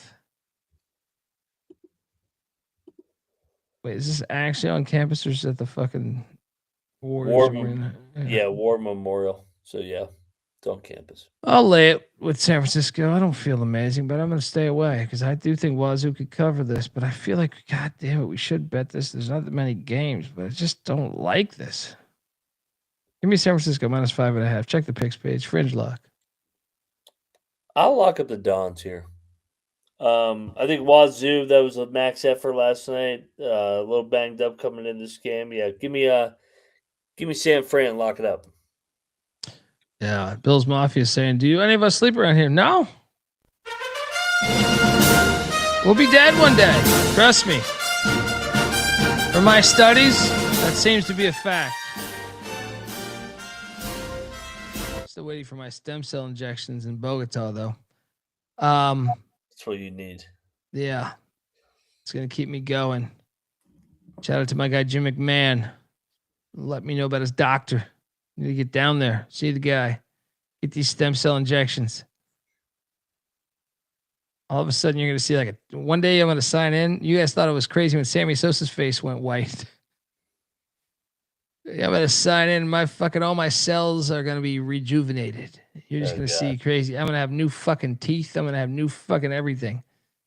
All right, I broke my nose twice, right? You're going to have a brand new nose. I'll have everything. You're going to be like, what the fuck's going on, Dundee? Is this Dundee? Is this some fucking moron? Well, I mean, I'm a moron here, but I'm saying I'll be a double moron then. Best plays of the day. Don't love the card, if I'm being honest. Short Sunday slate. Honestly, the best play of the day to me is Temple. I think Temple is going to beat FAU. Are we doing 2 locks and a dog? Yeah, 2 and a dog. Yeah, give me Temple.